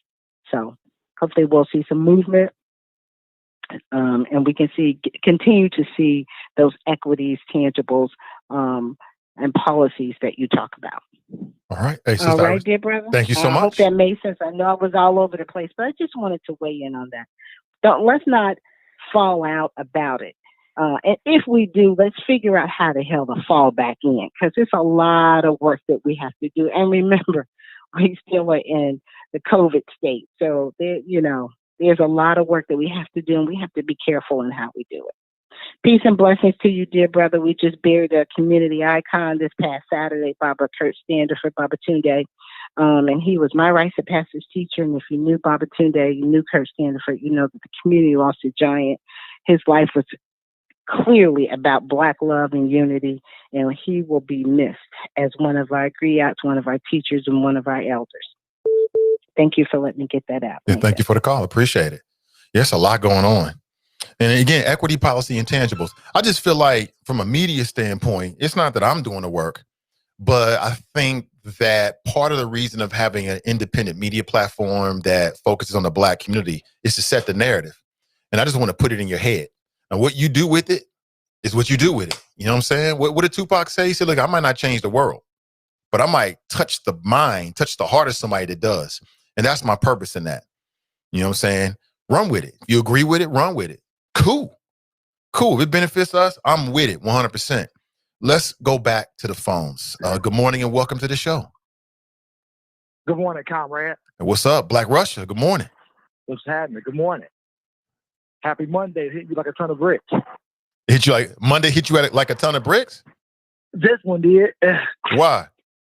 It's just, just worn out. Today's Terrence Braxton's birthday. Happy birthday, Terrence Braxton. Oh, okay. We're Irish twins for 2 weeks. Like, we're both 39 years old. Is that right? Happy birthday. Yeah, for like 2 weeks. Yeah. So, I've been listening to the show this morning. People talk about tangibles and equity and policy. I mean, look, if Mitch McConnell's still the Senate Majority Leader, what do you think you're getting out of Mitch McConnell? Probably what we've gotten so far, which is not a whole lot. Right. Probably not. It depends on who you're working with. Supposedly Joe Biden and, McConnell got a working relationship because they both have been there since the beginning of time. So we'll see if they get anything done, but I doubt it. I'm not even looking for nothing from Biden. And I gave him my vote.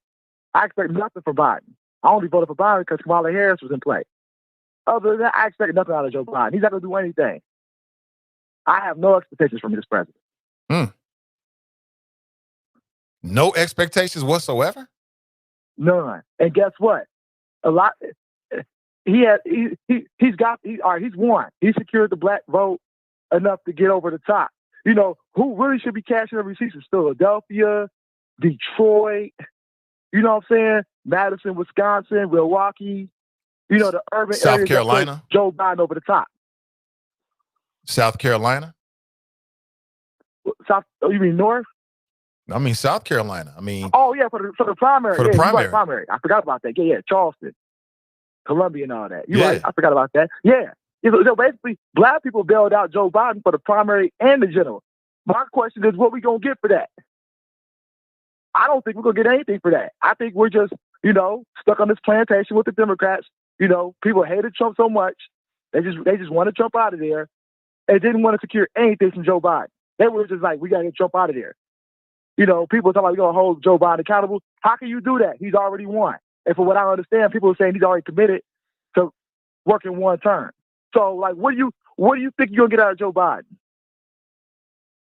I don't think you're gonna get anything. I think you're gonna get feel good for 4 years because people just hated the last 4. I didn't necessarily hate it. I had somebody inbox me this morning. I won't really feel the name, but it was an African American woman who no longer lives in Cincinnati but from here. She said Donald Trump for that 4 years did better for her financially than Obama did for 8. I'm gonna reach back out to her later on today, but from what I understand, that's her feeling. Well, I would say a couple things to that, Black Russia. One, I would say, yes. I get it. Some Black people got that me before we.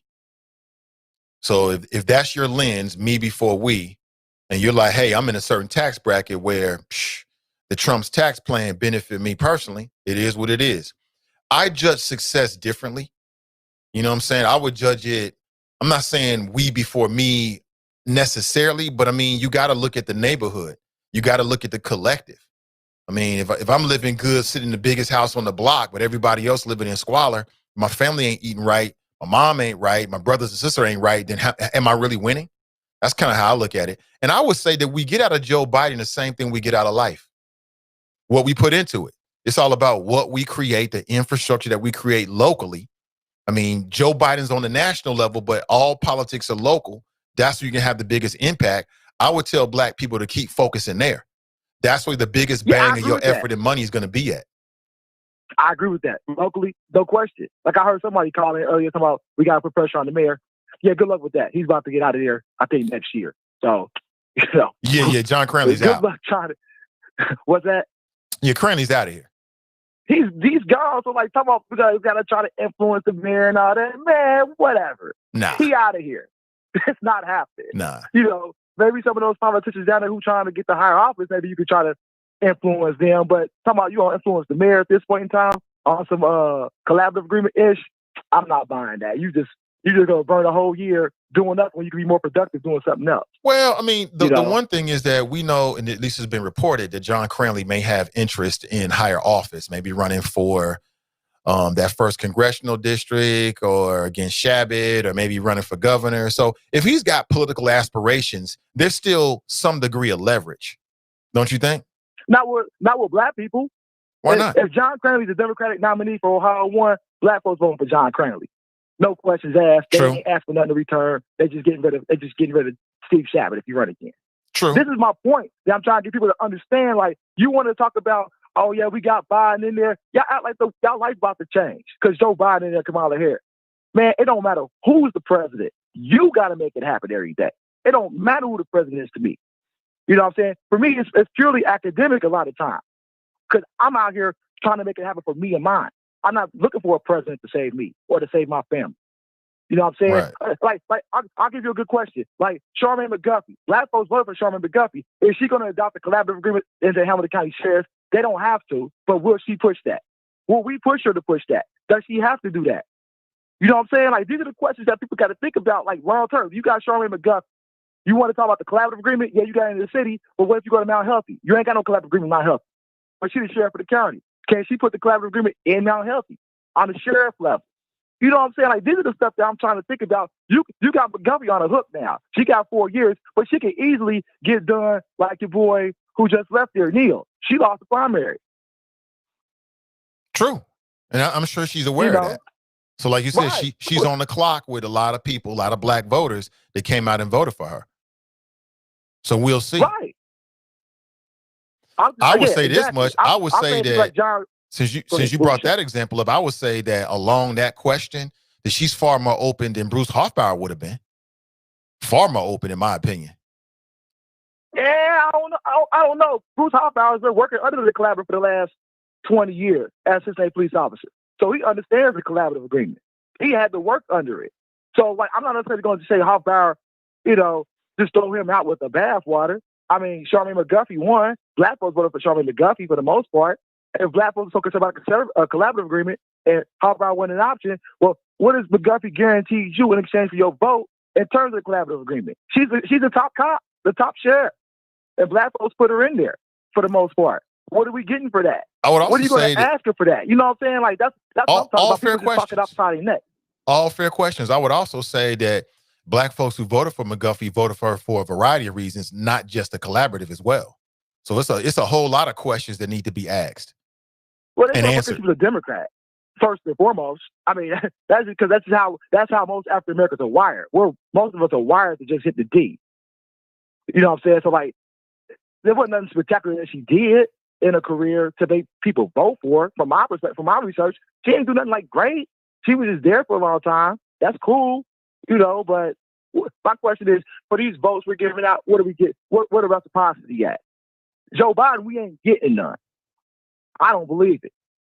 You know what I'm saying? Especially if they don't win Georgia in the Senate race. See, I'm committed. I'm giving money to Reverend Warnock from Ebenezer Baptist Church, home of Martin Luther King Jr., because I want to see him beat Kelly Loeffler. Not that I hate Loeffler. I just think Reverend Warnock from Ebenezer Baptist Church, that's what black folks, if you're going to try to get some tangible out of these folks, like you're going to help the other black folks in those positions, and you get the 50, then you got Kamala Harris walking there and get 51, and then you got an agenda in the Senate. See, people got to think long game with this stuff. Like, we just talking about the here and now. Man, put some money up on them Georgia Democrats in the Senate race. Because ain't nobody get 50%. Their rules are totally different. I can't disagree with facts, man. I'm just saying, line up, if you want an agenda, line up the votes like Mitch McConnell do and get your agenda across. Mitch McConnell can count votes. That's why he's the master of it. That's why he's the master of the Senate. Until we start getting to the point where we start counting heads and counting votes and getting people lined up, we're going to be screaming for equity, tangibles, all type of shit till we die and get nothing. Because we not sophisticated enough to be lining up our votes. We just give it away and we get nothing in return. And that's why Ice Cube really highlighted. I got folks talking to him from the Republican side, Democrats say, we'll get to you after the election. Have they called Ice Cube yet? I doubt it. They don't need him now. You know what I'm saying? That's the play. If people say Ice Cube got played, nah, the Democrats basically played themselves by not talking to him. They win anyway, so it's cool, but now they can act like Ice Cube don't exist or black folks don't exist because they got our votes. They're not doing anything specific for black folks. They've already said in the first 100 days, Joe Biden got agenda items for LGBTQ, A, B, C, D, E, F, G people. They're in the first 100 days on his agenda. Black folks said it in the first 100 days, but we got them through the primary and the general. We be getting played. I'm out of here, Nathan Ivey.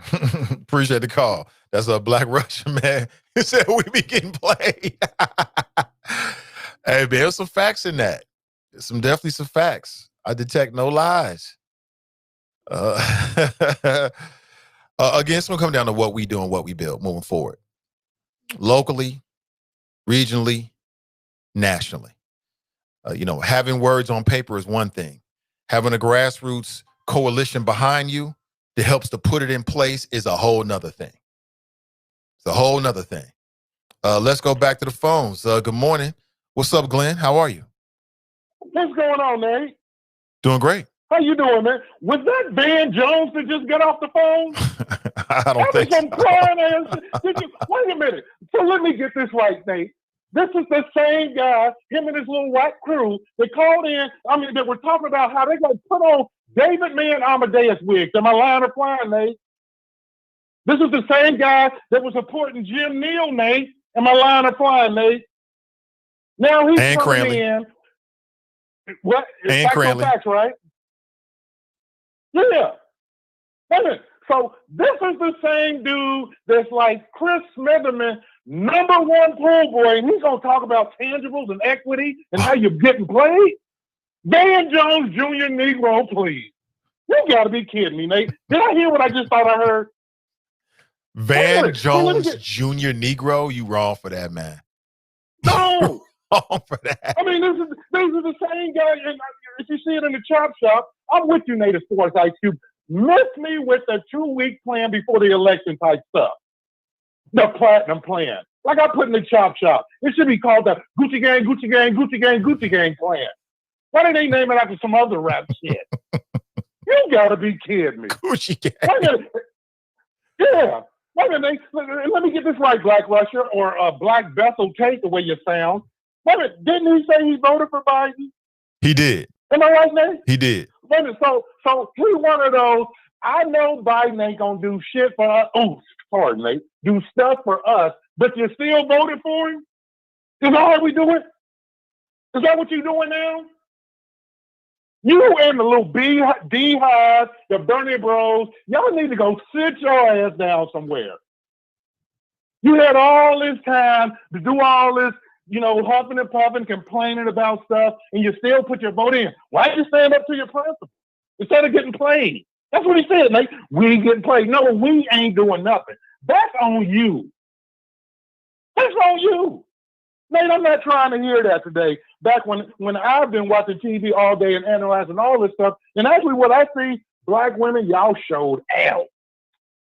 And I'm sorry, black women, when you listen to Negroes like him and other Van Jones and Herman Cain stunt double types out there, they make us all look bad, I know. Believe me, sisters, there is a bunch of us out there that won't be the first one to call in trying to cape for the police when it comes to Breonna Taylor. Believe me, black women, there are men out there that won't put up an avatar after Ford Maya Denard making fun of her in light of her bad situation. Believe me, black sisters, there are plenty of us brothers out there that won't be the first one trying to cape for the system or talking down about Tracy Honda. We not those Negroes. They like the Cuban Americans of our chop shop. Oh, Rico Suave, double coat wearing. Listen, Nate, that was Van Jones Jr. All I heard was crying. And you just put in a balloon. And then to top it off, y'all got the whole Slenderman crew thing going on. That man went from, fight the power to give up all your power. That's why I call him the Caitlyn Jenner of politics. He switched up real quick. Man, Man, you. Let me see. Hey, Nate, I know you saw my man's acceptance speech. You know me. You and I, we're kind of on it when you were like, I want to hear that all America, all that stuff. But he gave us a shout out during his acceptance speech, Nate. He even beat down the podium, told him, y'all have my back. I got to have your back. Didn't he say it, Nate? Yes. Yeah. As he should. Nate, and like he should, and he did. But let me also say this, Nate. When's the last time you ever heard a vice president give their speech before the president? He gave her the spotlight, Nate. A lot of people miss that. Joe Biden didn't talk before Barack Obama walked out at Grant Park. I don't remember Dick Cheney walking out before George W. Bush. Think about that, folks. Black women, y'all showed out. You need an encore. An encore. Nate, I got a new favorite politician. Her name is Cori Bush up in Missouri. First black woman elected to the in the state of Missouri, the congresswoman. Nate, this sister is Black Lives Matter all day, every day. And she got elected. Man, I saw her in an interview with Ali Vesey over the weekend. Actually, I wrote it down just for people who want to watch it. It was at 8:44 in the morning. And she talked about how black women's issues are American issues. And but black women talk about things that are family dinner table issues. She talked about how she used to live in her car. You know, she's a registered nurse now, activist, but how she used to live in her car and how she had to move her car just to make sure that she wouldn't get a ticket and or the police try to take her kids away from her. She talked about all that stuff. She talked about going to pantries and, you know, you only get to go there once a month. And then you're looking for pantries here and a pantry there. Sometimes you get to where, you know, it's expired food. You got to do what you got to do. She broke it down, man. Either her or what's the brother up in Philadelphia, Kenyatta Watson, I think it is. Have you seen him? I have not. They've been two of the most impressive people out there. Yeah, check him out. He was the one that brought the attention to what's happening out in Pennsylvania. Oh, and by the way, didn't I mention Pennsylvania, Wisconsin, and Michigan as the three keys to Joe Biden winning? Didn't I do that early, 4 years ago? Haven't I been talking about that the whole time? And they did not mention that Mark Kelly out in Arizona, Gabby Giffords' husband, former astronaut, and the hate that John McCain fans have for Donald Trump would most likely flip Arizona. Didn't I mention that, Nate? Facts. But I love your boy called. Hey, man, come get your cousin. He called into the chop, crying like a man. I ain't never heard. Boy, you talking about Ralph Transvan Part Deux. Man, I gotta get back to work, man. Hey, choppers, y'all have a good one, ladies. I love you. I love you. Like I said, there's some real men out here. We're not doing the Gucci gang plan. We got Vegas, we got checking and savings account. We got grown man bills. He said we got checking and savings type stuff. Yeah. You know, and a little 401k on the side, and try to get stuff done with, on the little Robinhood app. That's how it is, folks. We know what it is. What's in your wallet, Drop? I don't want to be dropped no more. I don't want to be dropped no more. Look at you. Look at all two. He called it, acting like everything's everything. No, you gonna take that L. Give up the sticks, man. I'm out, Nate. He said Gucci game plan. Y'all hilarious, man. He said we got a Robinhood app, a retirement plan, a savings, and a checking account. You are hilarious, man. That's hilarious. That's Mason Mall. Again, we can always agree to disagree. 513-873-7134. Again, they're talking about how the Latinx community is not a monolith. The black community is not a monolith either. You know what I'm saying? It depends. It depends. And maybe that's what we're starting to see now if the numbers hold true with black male voters. And again, you might say small, but still, I think it's relevant enough to make a point about it, stepping away from the Democrat presidential candidate. I don't have a problem with it. I see Donnie's calling me back. Hey, Donnie, no double dipping. If I let you do it, I got to let everybody do it. Got 5 more minutes here. So, I don't have a problem with it. I think that it's a maturation, it's a maturing of the black electorate. That's how I look at it. And if statistically the Democrats start to see that elements of the black community are sort of stepping away, then what's that mean? That means they're going to have to work harder for our vote. Like I said, to me, at this point, it's all about agendas, plans. To me, this is a great opportunity. right now, for all the folks out there on the national level that's been working on agendas and setting up the infrastructure, now is the time. You know what I'm saying? Now is the time. If they want to work with Q, work with Q. They want to work with Diddy, work with Diddy. They want to work with Black Futures Lab, work with Black Futures Lab. They want to work with whoever's out there, Black Lives Matter or whoever. Now's the time to put that ask in. Because again, everybody else is. The Latinx community going to put their ask in. They're going to put their ask in. You can believe it. They're going to put their ask in, and it's going to be, this is what it is, or we ain't voting for you. So I hear what people saying about Joe might just be a one-term president. That sounds good, but, people don't like to give up power once they get it. We'll see what happens. Kamala Harris is now the first woman of color to be the first VP. She wants to be president. I'm sure that's in her sights right now because it's a reality, right? So for me, let's just make sure we get what matters to us. That's on the national level. On the local level, I'm talking about the state level, regional level, city level. That's up on the individuals in those particular cities to make it happen. That's on us. I feel good about it. I would bet on me and bet on us any day of the week. I would bet on me and bet on us any day of the week. So I'm not looking. I don't have a Messiah complex. I'm not looking for anybody to save me. I'm not looking for anybody to come in here and feed and house and clothe my family. That's all on me. I'm not looking for somebody to put money in my pocket. It's all about me to go out there and make it happen. It's the same thing with whatever Black folks collectively or individually are trying to get. It's on you. And as long as you that's why I say health is wealth. Because as long as you're healthy and you can get out here and make it happen, interact with the world, then you got an opportunity to make it happen. Simple as that. I got about 3 minutes left and I got to make a move. 513-873-7134. For anybody calling in for the first time this morning, I'd love to hear your thoughts. I do have enough time to probably get one more quick call in, then I got to make a move. A lot of stuff going on that you'll hear about really, really soon. Make sure if you haven't already done so, you might be on YouTube. Follow us on Facebook, Sin Digital Media, CIN Digital Media. All right. If you're on Facebook, follow us on YouTube as well. And I appreciate you. It's been an interesting conversation, really interesting.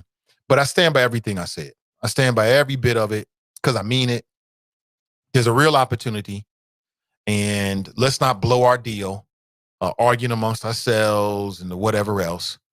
I think Ice Cube's going to continue to be dragged because that's the nature of the internet. But, those are people that probably were never going to get on board anyway. So later for them. I'm just focused on the people I think we should and you should. If you're somebody out there building equity, policy, and tangibles, you ain't really worried about people that's not really wanting to get on board. You only care about the people that want to get on board. It's the same thing. You know what I'm saying? It's just like this show. As I build this show and what we're doing at CDM, I'm not really concerned about the people that don't care about what I'm doing and don't like it. Okay.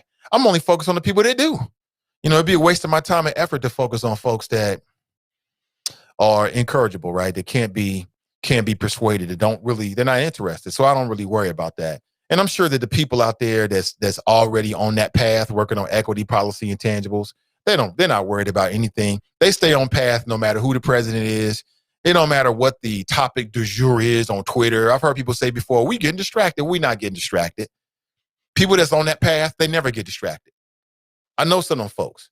They never get distracted. They might ha-ha, he-he here or there on Twitter, but a post on Twitter or a post on Facebook or a conversation that's trending on Twitter don't take people off of their path. Not the people that's really on it and that's serious about it. That's just my opinion.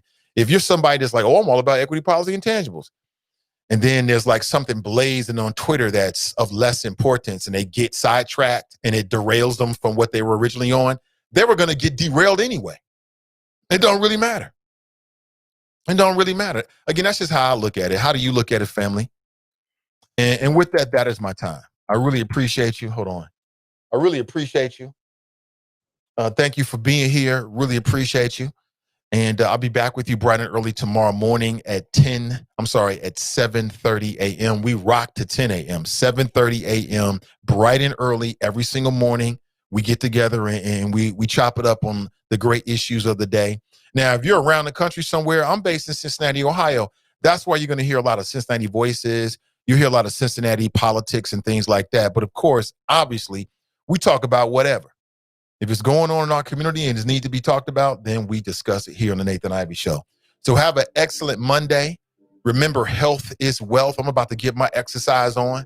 All right. Have a great rest of your day. And I'll catch up with you tomorrow morning, bright and early at 7:30 a.m. If you haven't already done so, like and share today's show.